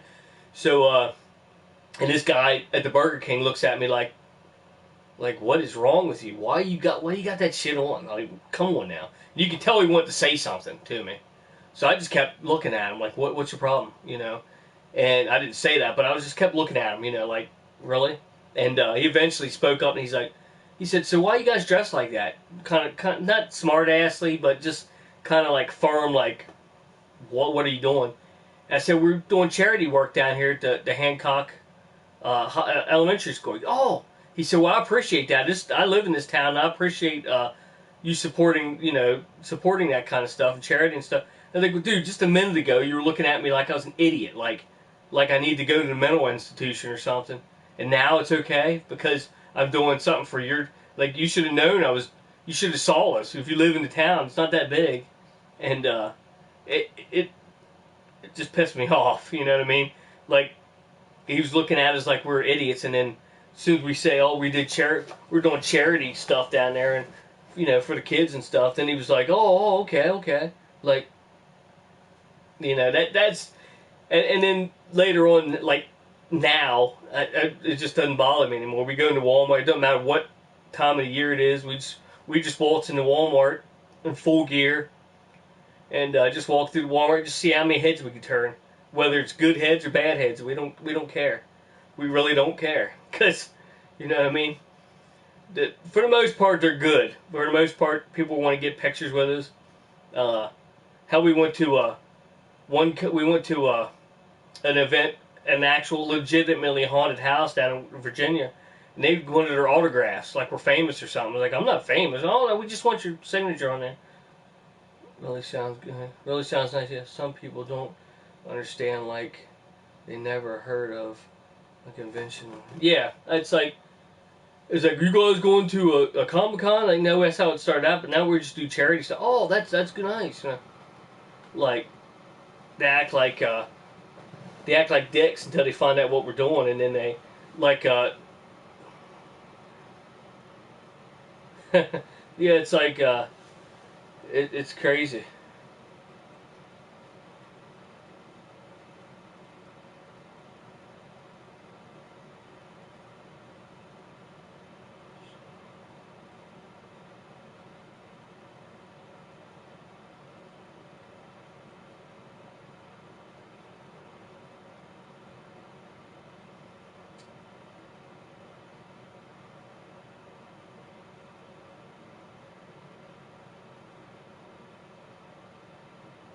Sorry about that. But yeah, it's like we've only been doing it for a little over a year now, but we want to definitely continue doing it, and we get donations, and then we most of the time what we do is at the end of the year we'll dress up in our blue suits. A lot of people don't know what the blue suits are. The blue suits are on the second movie, and it takes place around Christmas time. So they wear the blue suits and they wear Santa hats, but it's only for like a just a small part of the movie. So we wear our blue suits and Santa hats. We go around Walmart, Target, wherever it takes us, wherever we end up, you know, and give out gift cards and stuff. And we target obviously families with kids, you know, and give them gift cards and stuff, and brighten their day up, and have them and make them, you know, make their holiday, their Christmas a little brighter. You know what I mean? Like, and of course people look at us there too. People look at us like, what the fuck? Or, you know, for most part, it's from now on, like, at first we got a lot of negative reactions, and we still get negative reactions occasionally, but most of the time they're positive reactions, and that's the ones we're looking for. But if we see negative reactions, we don't care. We don't care that you think we should not be dressed as Ghostbusters. So that's, you know, your opinion's not going to stop us from doing what we're doing. So, I mean, when someone is a fan and has merchandise, that's a good chance to notice. Yeah, definitely. But yeah, it's like I just want to look at one of the people, and maybe I will one of these days, one of the people that are being negative about it, and be like, hey, look, I didn't know you, and I still don't know you, actually, but I've never seen you until right now, so I'm pretty sure I didn't come in this store because of you. I come in this store because I wanted to come in this store the way I'm dressed, and I'm pretty sure your opinion is not going to stop me from going to the next Walmart dressed like I'm dressed right now. Because, you know, who are you to judge me for anything, you know? That's the way I look at it, you know what I mean? None of you people out there that look negative at us, and none of you people that are going to hit the dislike button for me saying this, none of you pay my bills. None of you, you know, I work my own. I pay for what what I get, and I do what I like to do. You know, that's just what I do. Most people know who Ghostbusters are, but when so it's just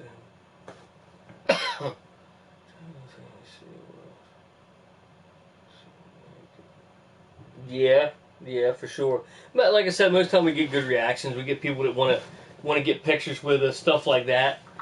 But occasionally you get like some freaking idiot. And most of the time, I'm not gonna say all the time, but most of the time it's an older guy.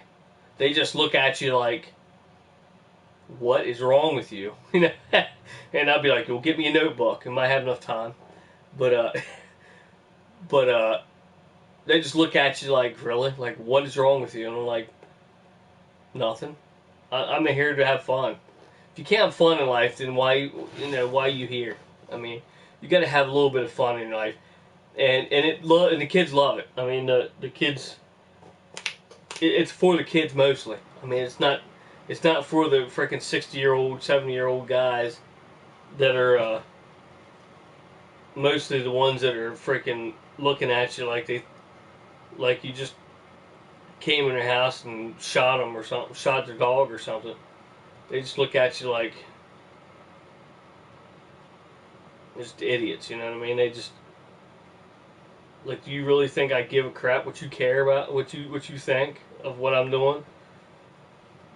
Because why would I still be doing it? You know, it's like you're not the first person that's looked at me like that, and you won't be the last person that looks at me like that.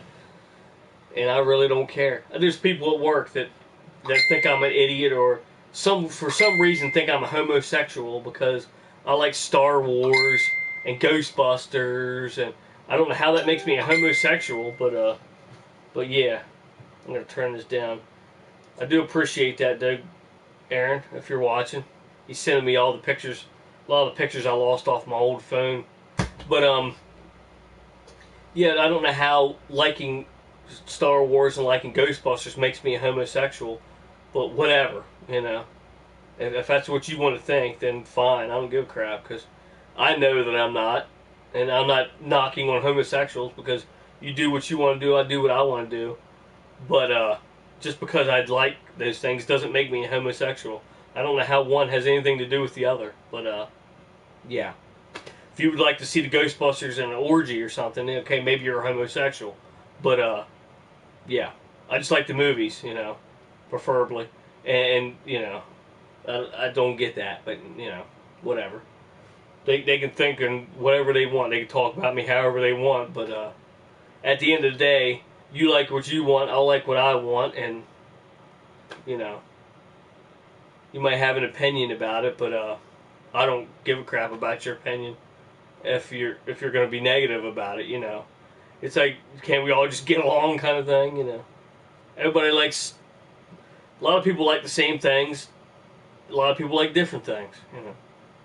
There are some...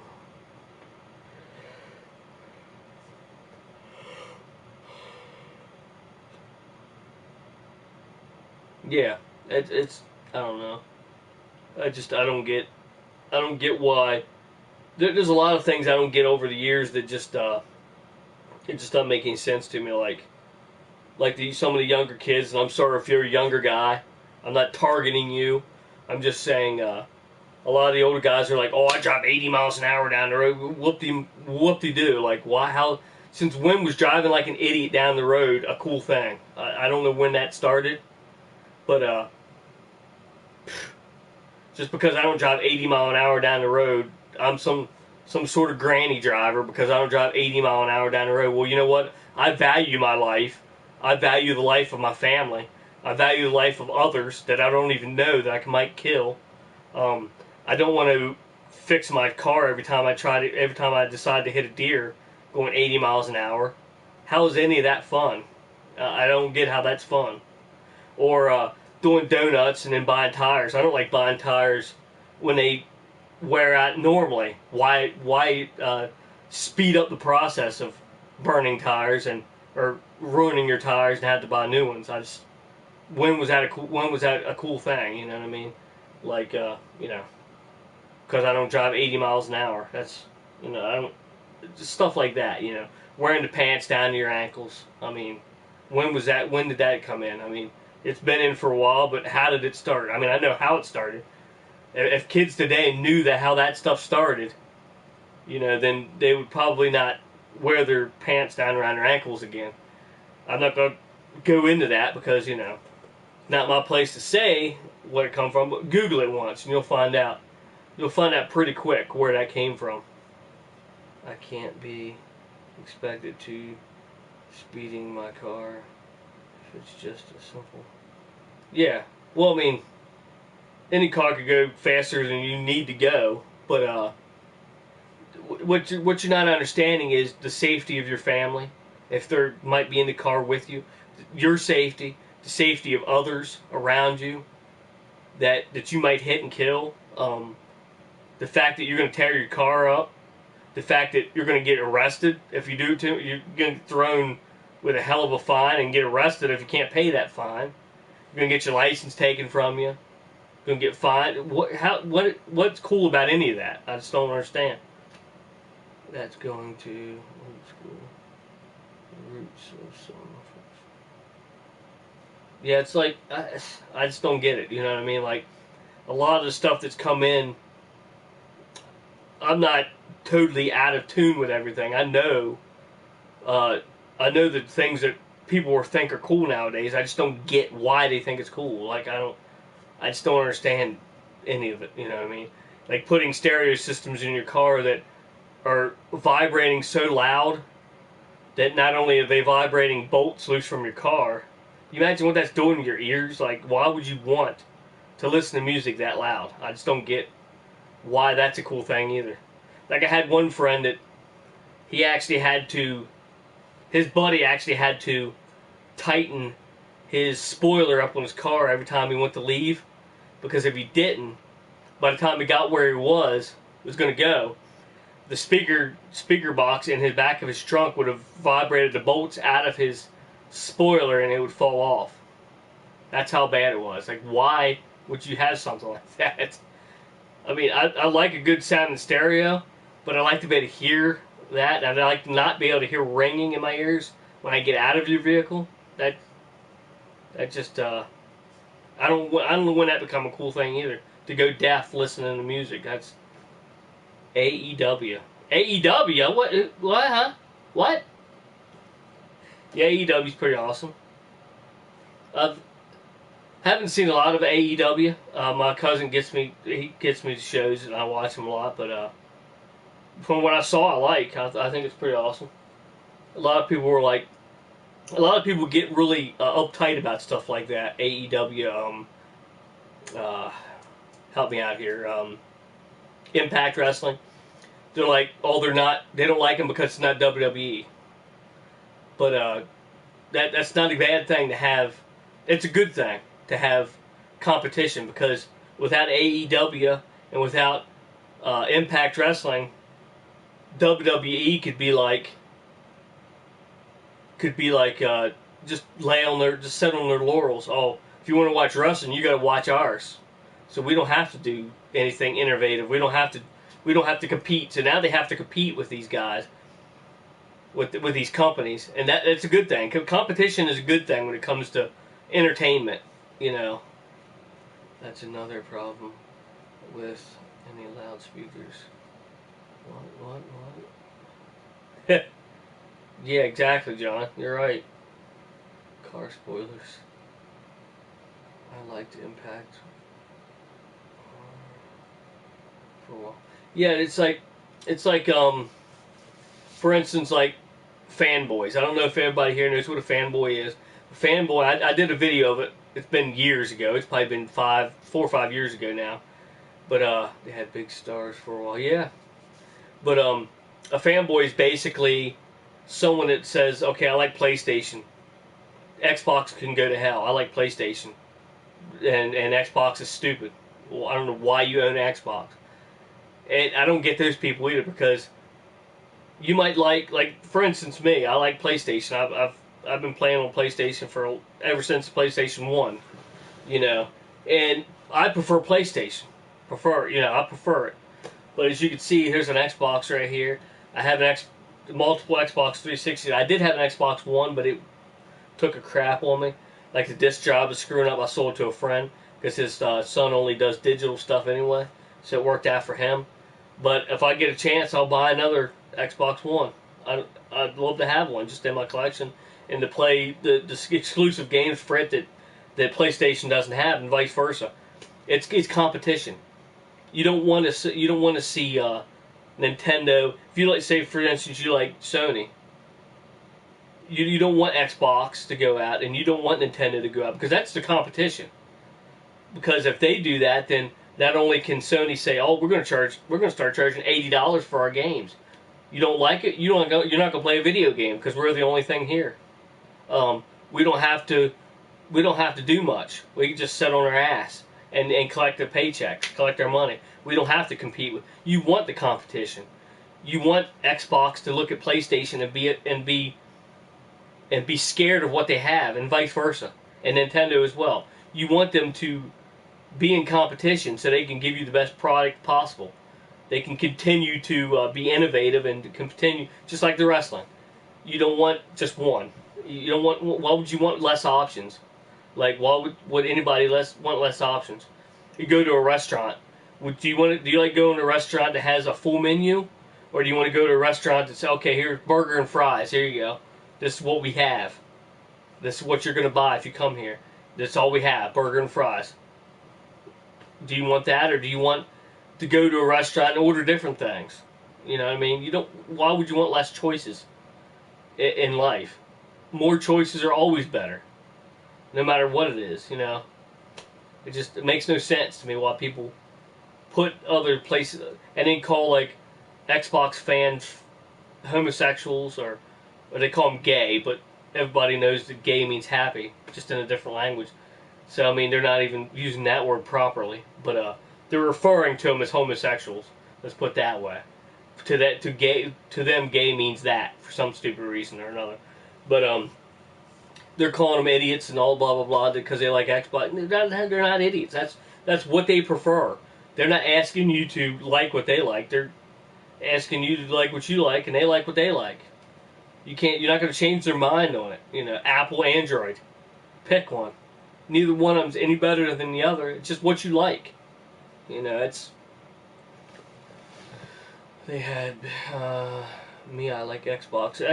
Xbox is great. I mean, gay used to be just happy. That's all it means now. Gay. That's all gay means now. Just people don't know how to use the word. You know what I mean? People just don't know how to use the word. That's all. It's like calling a female dog a bitch. It's not an insult. You know, because that's what that means. You know,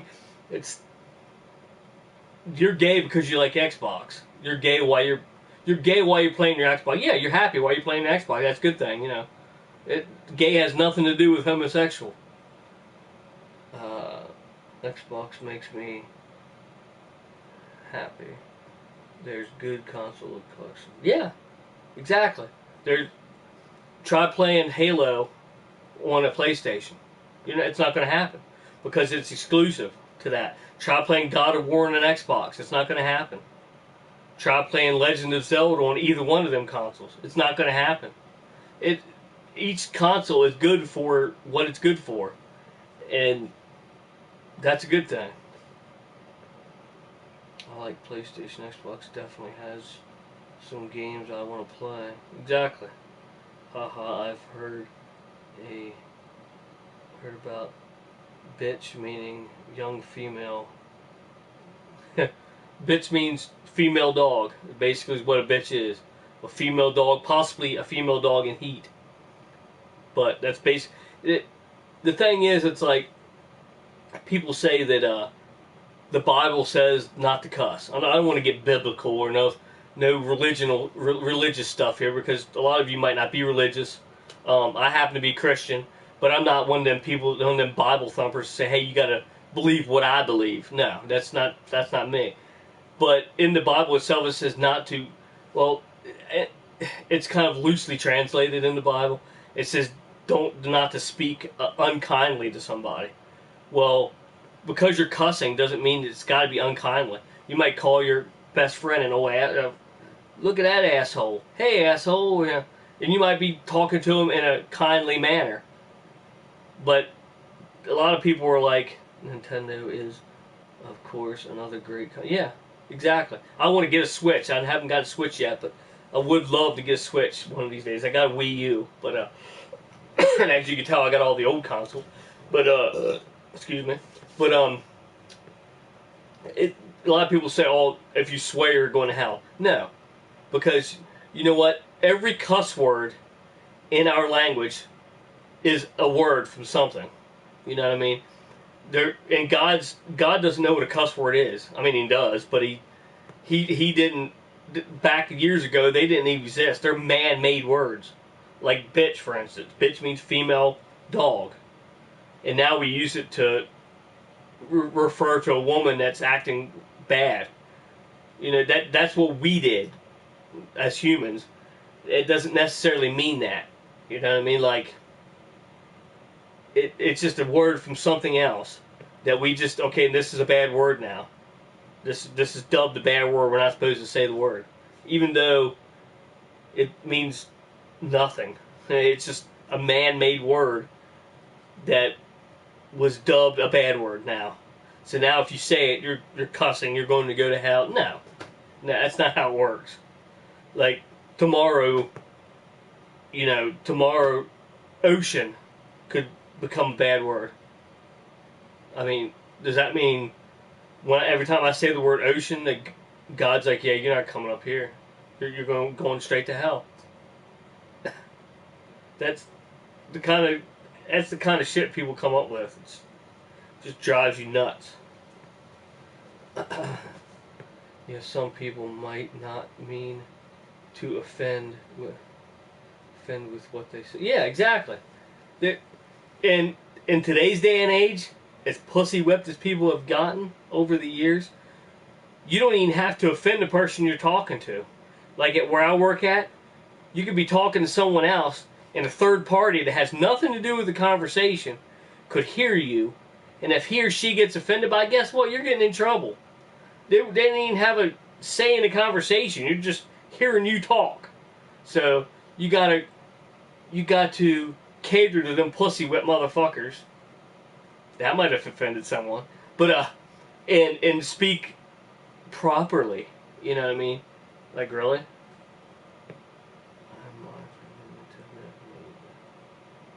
Made the greatest games yet? I think so too. And I will say one thing about Nintendo is Nintendo's always the last console to come out. And people might think, that's fucking stupid. Why would you do that?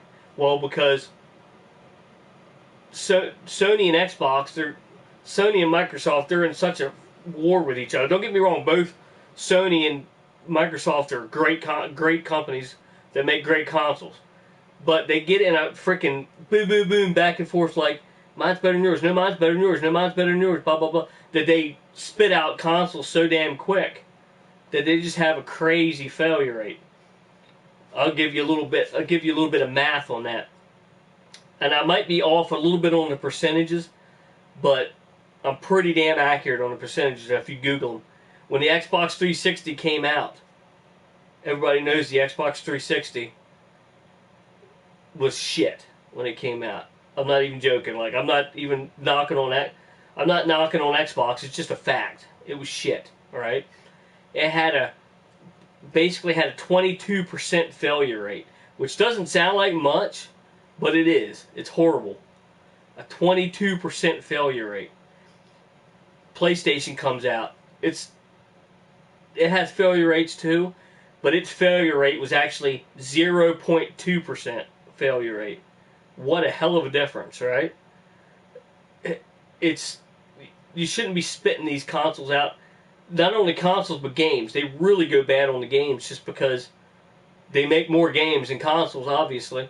So they're like, okay, especially the exclusive games. They're like, okay, we're gonna pump these fucking games out. Fallout 76. A lot of people hated that game. I never played it. I can't have an opinion on it. But a lot of times they spit these games out so much that they have so many bugs and glitches in it. By the time people start playing them, they're just like, yeah, I'm not interested in this game no more. And then they come out with patches for them. And yeah, the patches, at that point, the patches are going to be free. But at that point, by that time, people have already said to hell with your game. I'm leaving. I'm not coming back to this game. And the patches don't do them any good because they don't come back. They delete it off their console. And they say to hell with the shit. I don't want to play this no more. Grand Theft Auto 5 is a prime example. You know how hard it is to play that game anymore? It's got so many glitches. And that's across all platforms, no matter what it is. PC, Xbox, PlayStation. It's got so many glitches and so much crap on there that no one wants to play it anymore. And it's sad because it's a good game. It's not a bad game at all. I played it for a time. I still have it in my cabinet. But that's where it's going to stay, in the cabinet. Because guess what? When you start off a game and you come out of your apartment and you get gunned down like multiple times, like 10 times in a row, you get tired of it. You're just like, hell with this. I'm not playing this game anymore. And then when you go into non-passive mode or whatever the hell they call it, I can't remember again, but somebody will know. So you can't get killed, then you get called a pussy. Because, well, you know what? I want to do this achievement. And you're sitting there gunning me down for no reason. It gets frustrating. And then you got all the glitches and all that shit that goes with it. A buddy of mine, he used to play Grand Theft Auto religiously, and he's a hell of a good gamer. Still is. And at everything he does. Liquid Cool 360 and Liquid Cool 440 here on YouTube. I was just talking to him. But he gets tired of it too. Like, he said the last time, he actually did a video of it not long ago, where he had like infinite landmines, and where that sounds cool because it kind of is. It just fucks the game all up. You know what I mean? You're not supposed to have that, so it's just like, why even have a game if it's gonna have so many glitches and bugs in it that it just doesn't function properly. It just goes wonky and just does stupid shit. Why have a game? It's like, why listen to back to the whole boom boom boom your stereo.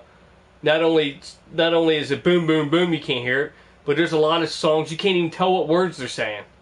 Like, why do you want to listen to music you can't even sing along with it because you don't even know the words, because you can't hear the words, because you don't know what they're saying. Like, how is that even a song? Hell, I could do that. Just come on in, like, and then have a tune behind it and call it a song. Like, and I'm not saying there's no talented people out there anymore, because there's very talented people out there. But like, a lot of things you don't have to be talented in anymore. Take Jackass for instance. I'm sorry if you like the movies, the Jackass movies, but it's not. They're not talented. They're just doing dumb shit that no other people might have the balls to do and film it. But how does that make them famous? Like, I could do that shit. I could go out and just do stupid shit. Hell, I could go out and stick a bottle rocket in my ass and light it. Does that make me talented? No, that makes me a fucking idiot. That's what that makes me. You know, it's like you don't need to be talented anymore to do anything. All these big name stars, most of them don't do their own stunts. They have some other guy doing stunts for them. So how is that? And they don't get credit for it. Like that Jason Voorhees guy. I can't even think of his name. You know why? Right now, and I'll look it up, because they don't give him credit for it. They might have him in the stunt coordinator section in the credits rolling, but who here has ever watched the credits rolled and found somebody they're looking for in those credits, unless they're big name stars? You're not going to find them unless you pause it for every frame and then just watch it. You know, I mean, I hear some songs, sometimes they sound okay loud, but that's not always. Yeah, exactly. Like loud. I don't like. I play stuff loud. I'm not saying loud. I'm saying deafening. Like to the point where you can't hear it anymore because your ears are the sound of your ears ringing drowns out the sound of the song. That's what I'm talking about. Like to where you could feel your fucking hair vibrating and you could feel your eardrums. If you could feel your eardrums vibrating, literally feel them vibrating, you're doing some damage to your hearing. And that's something you don't want to do because when you lose your hearing, it's gone. You're not getting it back. You know, it's like people don't have no respect for their own. You know, people take their eyesight and their hearing for granted many times. Once you lose your hearing, you're done. You're not going to hear no more. They don't have no miracle solution for your hearing. They have hearing aids, but it only does so good. You know. Doing dangerous stunts can handicap someone. It's stupid to keep doing. Yeah, exactly. It's like, I don't know. There's people making money off of it. I mean, but I can think of a lot better ways. It might be harder work, but it's all right. At the end of the day, you can say I worked my ass off for my money, not went out and stuck a bottle rocket up my ass and lit it to get millions of dollars. Hell, I would try it once to get. If I could give me $1 million, I'd try it. Yeah. I mean, excuse me 1 second. I'll be right back. I need to take a short bathroom break.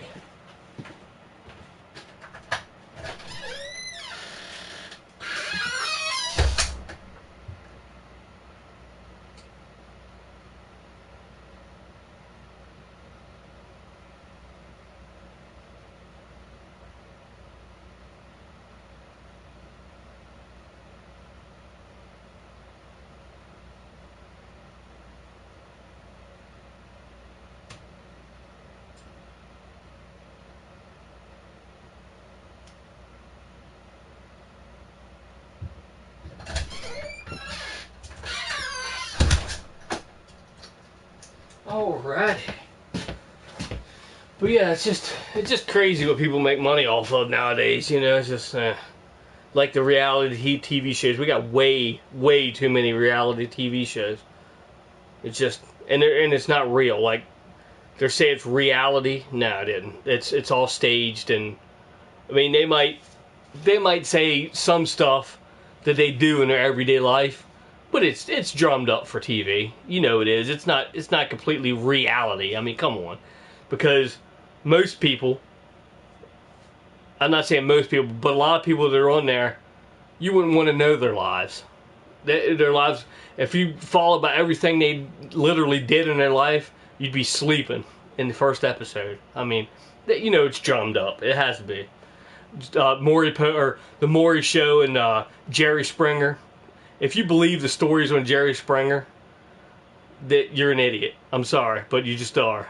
If you believe all the shit's true on Jerry Springer, that this guy slept with this person and I don't know who my baby's daddy is. I mean, I'm sure it happens, but yeah, on there it's so drummed up. If you believe any of that, you're an idiot. I'm sorry, you just are.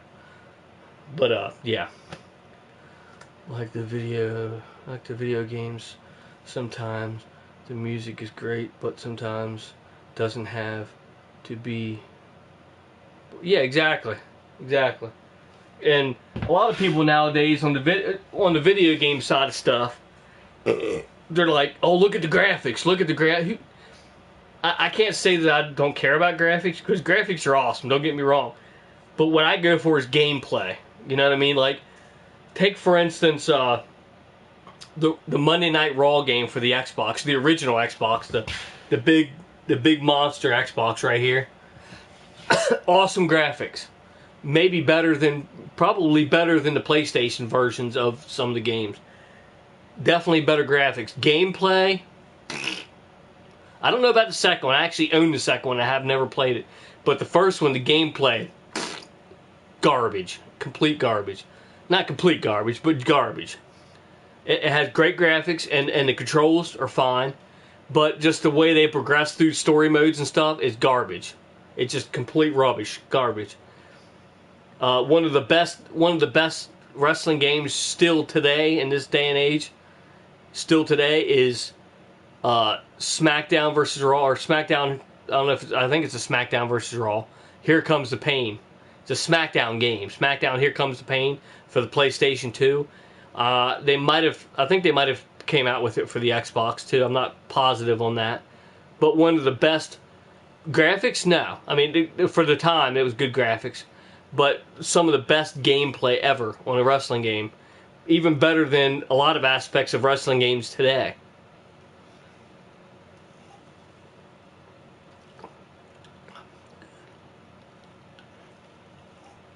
Yeah, and I love the first Xbox. I own a couple of them. Right here, Xbox. You can't see my other one. I got it painted gold, and it's actually modded. It's got like 9,082 original, not like 9,082 retro games on it. It's got like 24 different retro consoles on it, and it's got like 9,082 games, and it is badass. But yeah, I love the original Xbox. I think they did it right on the original Xbox. They didn't rush it. That's the best in my opinion. The original Xbox is the best Xbox out there as far as build quality, and there was no failure rates. That thing, I've never done anything to it. The disk drive still works. Everything still works. The other Xbox, perfect. Works perfect.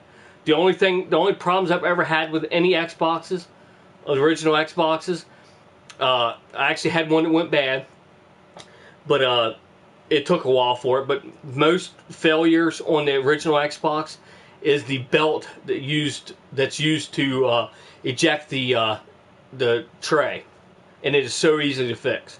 It's not even funny. It's so easy to fix. That's like the worst thing that can happen the worst thing that's ever happened to me on an Xbox, and that's it. Everything else is golden. I mean, to everything. I remember going and getting it. I actually went and pre-ordered at a GameStop. Not GameStop. GameStop didn't exist then. I actually went and, well, maybe it did, but I just didn't know about it.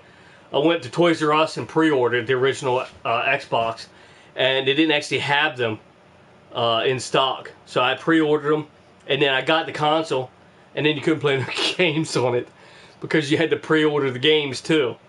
So even when the Xbox came out, there was no games for it at release. At release, there might have been a couple games, but none I wanted to play. So I pre-ordered the Raw game, and it was alright though. I mean, it was alright. I can't say it was complete crap by any means, but after getting the PS2, I got rid of my Xbox. I shouldn't have. I should have kept it. But back then, you didn't have a lot of money. You didn't say, okay, I'm just going to keep the Xbox and then go buy a PlayStation. You had to trade your Xbox in order to get the money to buy the other one. So I traded my Xbox in. I didn't trade it in. I sold it and bought a PlayStation 2. It was the best move I ever made. Because for me, for wrestling games, they make the best wrestling games. Today's day and age, it doesn't matter. They make the same games for both consoles. So it doesn't matter.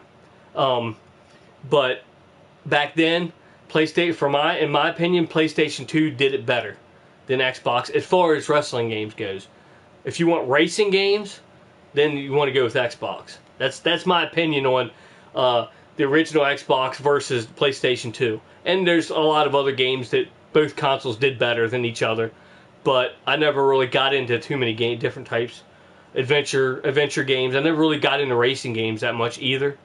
But definitely wrestling games. Definitely PlayStation 2 does it way better than the Xbox. The original Xbox. But like I said, now 360, PlayStation 3, and then the Xbox One and PS4, they're basically the same game. You just have to hit a different button. Like, it's in the same pattern, but, you know, it's a different button, obviously. It's the same location, just different, you know, if you know what I'm saying. So now it doesn't really matter. The experience is the same. But back then, they each had their ups and downs. And at least in my opinion, PlayStation 2 had more ups than downs. So that's, you know, that's my opinion on that.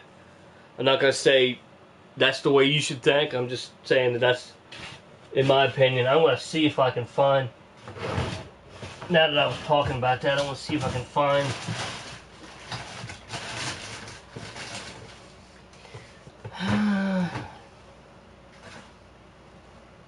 Probably can't find it right now. Maybe I have to do that on another video. But I actually had the first and second Monday Night Raw. I don't even know if they called it Monday Night Raw. I think they just called it Raw. But it might have been Monday Night Raw for the original Xbox. And I like the game. Well, like I said, I didn't play the second one. But I'm assuming the second one's better than the first one. I would at least hope it is anyway. But the first one, I can't say I didn't like it. I just didn't like it much. You know what I mean? It just wasn't that great. Because you like, for an instance, to make a long story short on the difference in the ways I liked it was, as far as the gameplay was, when you went through story mode on the original, on the Xbox version of it, you picked what was going to happen. Like you picked from like a promo or robbing someone's bag in the back to get a certain item that you can unlock, stuff like that. You picked what was going to happen, so you knew what was going to happen in the story already. So there's like a spoiler. It's like you go into a movie and somebody telling you what's going to happen before it happens. Not very exciting, right? Well, to the PlayStation 2 version, as long as you didn't watch your buddy play his before you got a chance to play it, you didn't know what was going to happen. It progressed through a storyline, a complete unique storyline that has never happened. It might have a similarity to something that actually had happened in the real wrestling, but it had its own little twist on it, and they were much more clever with the storylines, and you didn't pick what was going to happen next. So you didn't know exactly what was going to happen next. And it just made it more interesting. You know, as far as graphics, I think the Xbox has probably got a little more graphics than the PlayStation 2. I will admit that. But it's not always about graphics. Not always.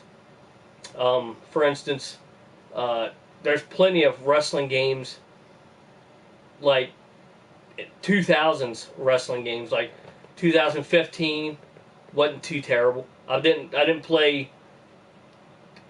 like very many of the newer ones. I have 2019. I haven't really played it much. I know. I haven't really played it a whole lot, but like I said, SmackDown Here Comes the Pain for the PlayStation 2, compared to wrestling games today, as far as graphics go, crap. I'll admit that. But like I said, graphics only get you so far. If you have good gameplay and content for gameplay, you don't need graphics. You really don't. Like, graphics are good in certain things, but it only gets you so far. If you have good gameplay, true gamers are not going to give a crap about the graphics. They're going to just play it because it's a cool game to play. For instance, I have you can't see it again because it's down here in front of under my television. I know no one's called it a television for years, right? TV, I'm sorry. I have a little mini HP computer, little midget thing. Nothing to write home to mom and say, look what I got, you know. But it does what it needs to do. And it's a 32-bit system, which means I can play some of the older stuff. A lot of people think that I can get I could get like a game like Dune 2000. I'll use that for an example because that's what I'm getting ready to talk about. Awesome game. Graphics, not very good. But again, it's got awesome gameplay. I always go back to that game. And a lot of people think, okay, I got this whole game. My new computer should be able to play it because it's better technology. So it should be able to play anything that computer that it was. It should be able to play anything that the computer that was meant to play it can play and up, right? Well, that's not the case. Because a lot of the newer computers, they start using different processors. They start using different types of video cards. Not only faster and better video cards, but different types of video cards. They go in from 32x to 32-bit to 64-bit now. All those variations of stuff will not make it compatible with older games. You can't just pop, like my Doom 2000 game. I can't just pop it in my I got a $2,400 gaming computer over here, and it will not play it because it's not designed to play that. It will not play it. So I had this little basically a dinosaur compared to that one over there.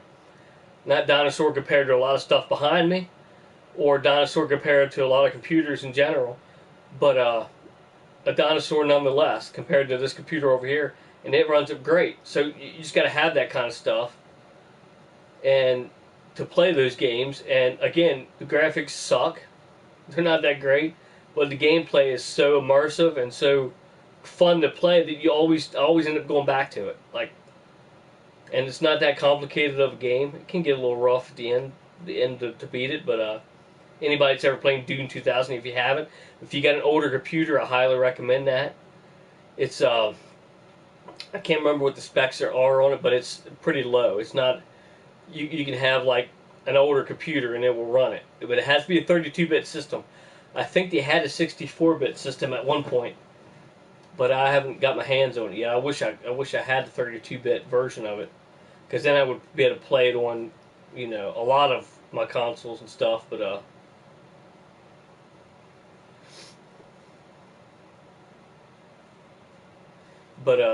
yeah, it's just a lot of the computers you buy now won't play it just because it just not compatible. That's all. That's the easiest way I can explain it. It's just not compatible. It's trying to put your PS3 disc in your PS4. Should the PS4 be able to play the PS3 discs? Yes, it should, but it doesn't, because it's higher technology. It just doesn't have the stuff in it to play. It should, but it doesn't. But like I said, if you have an older computer like Windows XP, something like that, ME, XP, I don't think it goes much lower than XP. Maybe Windows 98 would still run it. But Dune 2000, Dune as in D-U-N-E, Dune as in the movie, Dune 2000, in my opinion, was the best Dune game out there to this day. And they have a bunch of them, trust me. That and the Command and Conquerors, I think got them beat. But yeah, definitely check that game out. It's really awesome. It's like you build a fort and you build your army up and go to attack the other army. It's really awesome. I wish I would have caught it in its stage where you could do multiplayer, because they've long since shut down the servers for it. You can't do that stuff anymore, but that would be really neat to be able to do that. It'd be cool if they like remastered it and you could do that kind of shit in a modern computer. It would be really awesome. Dune 2000. You probably had it right, but you have 200 there. You just forgot a zero. Yeah, Dune 2000. Really awesome game. Wish I had the case here. I actually have the case in my... Yeah. Yep. Dune 2000, yep. I actually have the original in case in my bedroom in my house, which is like 20 feet from my game room here. But what I do personally, whether it be audio CD, which I don't own a lot of audio... I mean, I own a good bit of them, but I don't use the audio CDs much anymore. I'll put them in my computer and rip them to a flash drive. But what I do for games like that I don't want to destroy, I'll make a copy of it. And it's legal as long as you own the actual physical copy, original physical copy of it. So, and I'll make a copy of it, and then I'll use that copy. If it gets screwed up, I can always make another copy of it. That way I'm not screwing up my original discs. But yeah, I just noticed there wasn't more sequels to Command and Conquer. Yeah, there isn't. There's quite a bit of them, but they haven't came out with one for quite a while. I remember Red Alert. That was the one I remember. Like if I had to pick one to remember, it was Red Alert. I mean, I realized that the original Command and Conquer was just called Command and Conquer, but there's like Red Alert, and then there's a bunch of them. But I remember about games. If you have original, you can copy. Yeah, a lot of them you could do that. Some of them are copyright protected, so you can't do that. But unfortunately, But for the most part, the older stuff, especially the 32-bit stuff, you could do that with. Make a copy of it. There's a couple PC games I'd love to own again, but they want so much money for them because they're retro kind of stuff, like the Jurassic Park Operation Genesis. Awesome game. If you ever get a chance to buy Jurassic Park Operation Genesis, not for home console, but for PC, you definitely want to pick that up. The one for home console, I mean, it's not terrible, but you definitely want to get the one for PC. That's old school computer game. Yeah, it is, definitely. But it's really awesome. You can build your own park and everything. Really awesome. It's kind of like a roller coaster tycoon or something, but Jurassic Park. You make your own Jurassic Park theme park. It is badass. I love that game. But they want so much money for it now because people will pay that much money just to have it. Because where are you going to buy it at? You're not going to go to a Walmart or Kmart and say, I'm going to get that game, because it just doesn't exist in the stores anymore. You gotta buy it off of them, or you don't buy it at all. So they can jack the price whatever they want. If they don't sell it, then they still have the game. So they're not out anything, So, but yeah, so I'm probably going to go ahead and jump off here in a little bit. Joe Conan. Hey, what's up, Conan? Appreciate you stopping in there. I was just getting ready to jump off. I mean, I'll stick around a little bit longer now that you're here to talk to for a few minutes. But,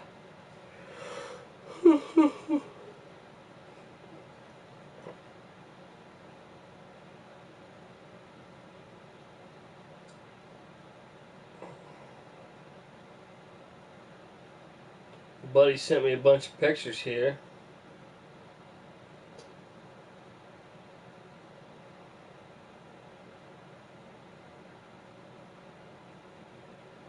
Holy crap. Got all kinds of stuff here. I lost all my pictures off. There's I don't know how well you'll be able to see this stuff, but I forgot all about this one actually.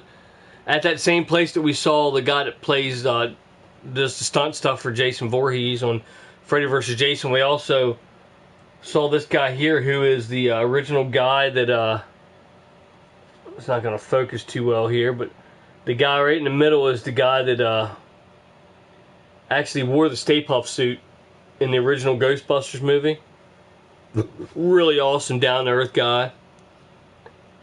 And then here's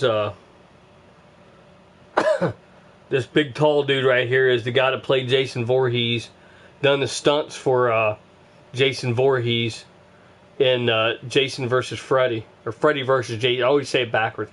On Freddy versus Jason, the one that was in fire through the field. And then of course right there's my ugly mug. But yeah, really, again, really down to earth guy. Really awesome guy. Okay, here's the Stay Puft guy a little bit closer up. Of course, he's an older guy because that movie's 84 or whatever. But yeah, here's our picture on TikTok. But yeah, there's a lot of awesome. You meet a lot of awesome people at cons and celebrities. Even every once in a while, you get a celebrity that just doesn't live up to your expectations. What you got to remember is they're human, just like anyone else. So they're not exempt from being an asshole. Just because they're a certain they play a certain role on TV doesn't necessarily mean that that's the kind of person they are, which is unfortunate sometimes. But you just got to remember that they're human just like we are, and they have just as much right to be an asshole as we do, I guess, or to be grumpy for some reason or another. They might have money, but that doesn't solve everything. So they still have depression, they still have anxiety, they still have problems just like anyone else. So you kind of have to keep that in mind. But for the most part, you get to meet them, and they're really awesome guys. I met Axe and Smash of Demolition. I didn't get really a whole lot of time to talk to Smash because he was talking to another guy. But Axe stood there and talked to me for an hour almost, just talking to me about the good old days and when he was wrestling. They still wrestle like independently for charities and stuff, like different events once in a while. There's a lot of old wrestlers. You'd be surprised who still wrestles. Brutus Beefcake, the Honky Tonk Man. There's a lot of them that still do, but very few and far between. They're not televised, obviously, nothing like that. But he told me about a lot of cool stories. I met Al Snow. I unfortunately didn't get a picture with him. I did get an autograph. I bought a figure of Al Snow in the Comic-Con. I got him to sign it. I met Gene Snitsky, who they just call Snitsky now. Really awesome guy. There's so many cool guys I've met over the years. I actually saw Nikolai Volkov, and I wish I would have got his autograph and stuff. I'm not one of the people that, okay, now he's dead, I'm going to sell his shit for a ton of money. I'm not that kind of person. But I wish I would have got his autograph, because he shortly after I saw him, he died. I didn't get a chance to get a picture with him, stuff like that. Shake his hand. At least shake his hand, you know. I met, I don't want to forget about frickin' Lou Ferrigno. Awesome dude. I got to shake his hand, got a picture with him. Really awesome, good guy. Search and Slaughter came into the... Oh, hell yeah, that's awesome. I did see Sergeant Slaughter, actually. I didn't get to talk to him. I saw Billy Gunn. All he was talking about was how shitty WWE was. He was running down WWE really bad. That was at the shucks. I can't remember what the name of that one was either. It was in DC though. Oh, I appreciate it. Thank you.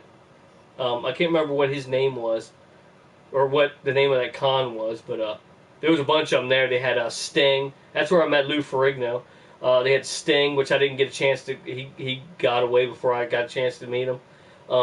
They had Kevin Serbo, who played the Hercules in the Legendary Journeys. There was a bunch. There was just a bunch of celebrities there. A lot of which I didn't know, but a lot of them I did. It was really awesome. I really enjoyed going to them cons.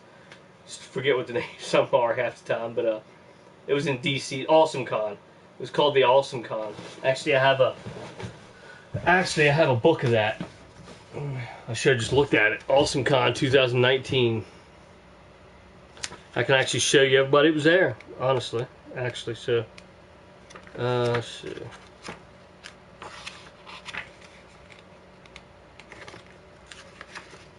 I'll just show you the different. I mean, this is just guests. I don't think that's the actual celebrities.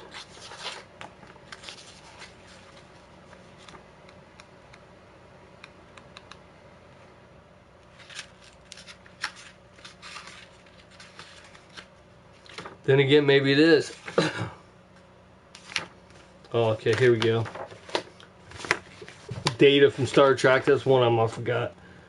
But there's, if you want to pause the video and read all these names. Sorry for the lighting. The PS4 controllers, or the PS4 camera is just garbage compared to a lot of them. But if you want to pause that, you can pause it right now and look at them. See Lou Ferrigno down there in the bottom right. And then another page. A lot of these, keep in mind, a lot of these are Sting at the bottom, at the top right there. Keep in mind, if you don't recognize some of these people, a lot of these people are like doing independent movies. They're like low budget indie films sometimes. That was the last page. Just, they might not be that popular yet. You might not have heard of them, but a lot of them are big name celebrities. Here's kind of the layout of the place. Awesome Con. Definitely want to go back again next year, 2020. Actually had a fun time down. There's a bunch of them that had good times at. But yeah. So yeah, I'll probably jump off here. I'm not going to do my normal shout outs because everybody that I normally shout out came on the stream pretty much. So I'll leave it at that, and thank everybody for showing up. I actually got a bigger turnout than I thought I would. I didn't get up too high, but yeah, you take care too, Conan, for sure. I didn't get a lot of people in here, but I don't always look for quality or quantity. I always look for quality. I always get quality people. I haven't got trolled in a while. Now that I said that, I don't believe in jinxing, but now that I said that, I'll probably get one, but next time or something. But always look for quality, not quantity. And I really appreciate everybody that watches my stuff and watches that subscribes, and also, you know, watches and subscribes to the channels that I shout out. And it really means a lot to us, for sure. Oh, okay. Sorry, I didn't see you, Arcade Pilot. For sure, I'm jumping off too. But if you're still here, but a lot of people told me I should do this, like start making money off of. But I'm not into that. I'm not here to make money off of doing this. You know what I mean? Not sure if I had the time, if I didn't have another job, and I had the time to do these videos, and they were going to pay me enough to survive off of, instead of going to my job normally, I probably would do it. But you can't start out like that. You make peanuts, you know, starting out. And I know it's making money more than you had before, but number one, you would have to make a video every day. YouTube would want you to make a video every day to stay up with the times and stay up with your channel, you know. And that's something, again, it's something I don't have time to do. I like to make more videos, I'm sure I would, but it's just something I don't have time to do exactly. And number two, as soon as you get paid for doing something like this, then it just feels like a job, and I don't want it to feel like a job. I want to continue to just be a hobby, a hobby I enjoy doing, not something that I consider a job. You know, that's not what I'm looking for.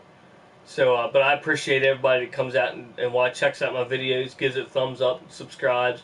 I don't always, hardly never promote subscribing to my channel, hardly ever.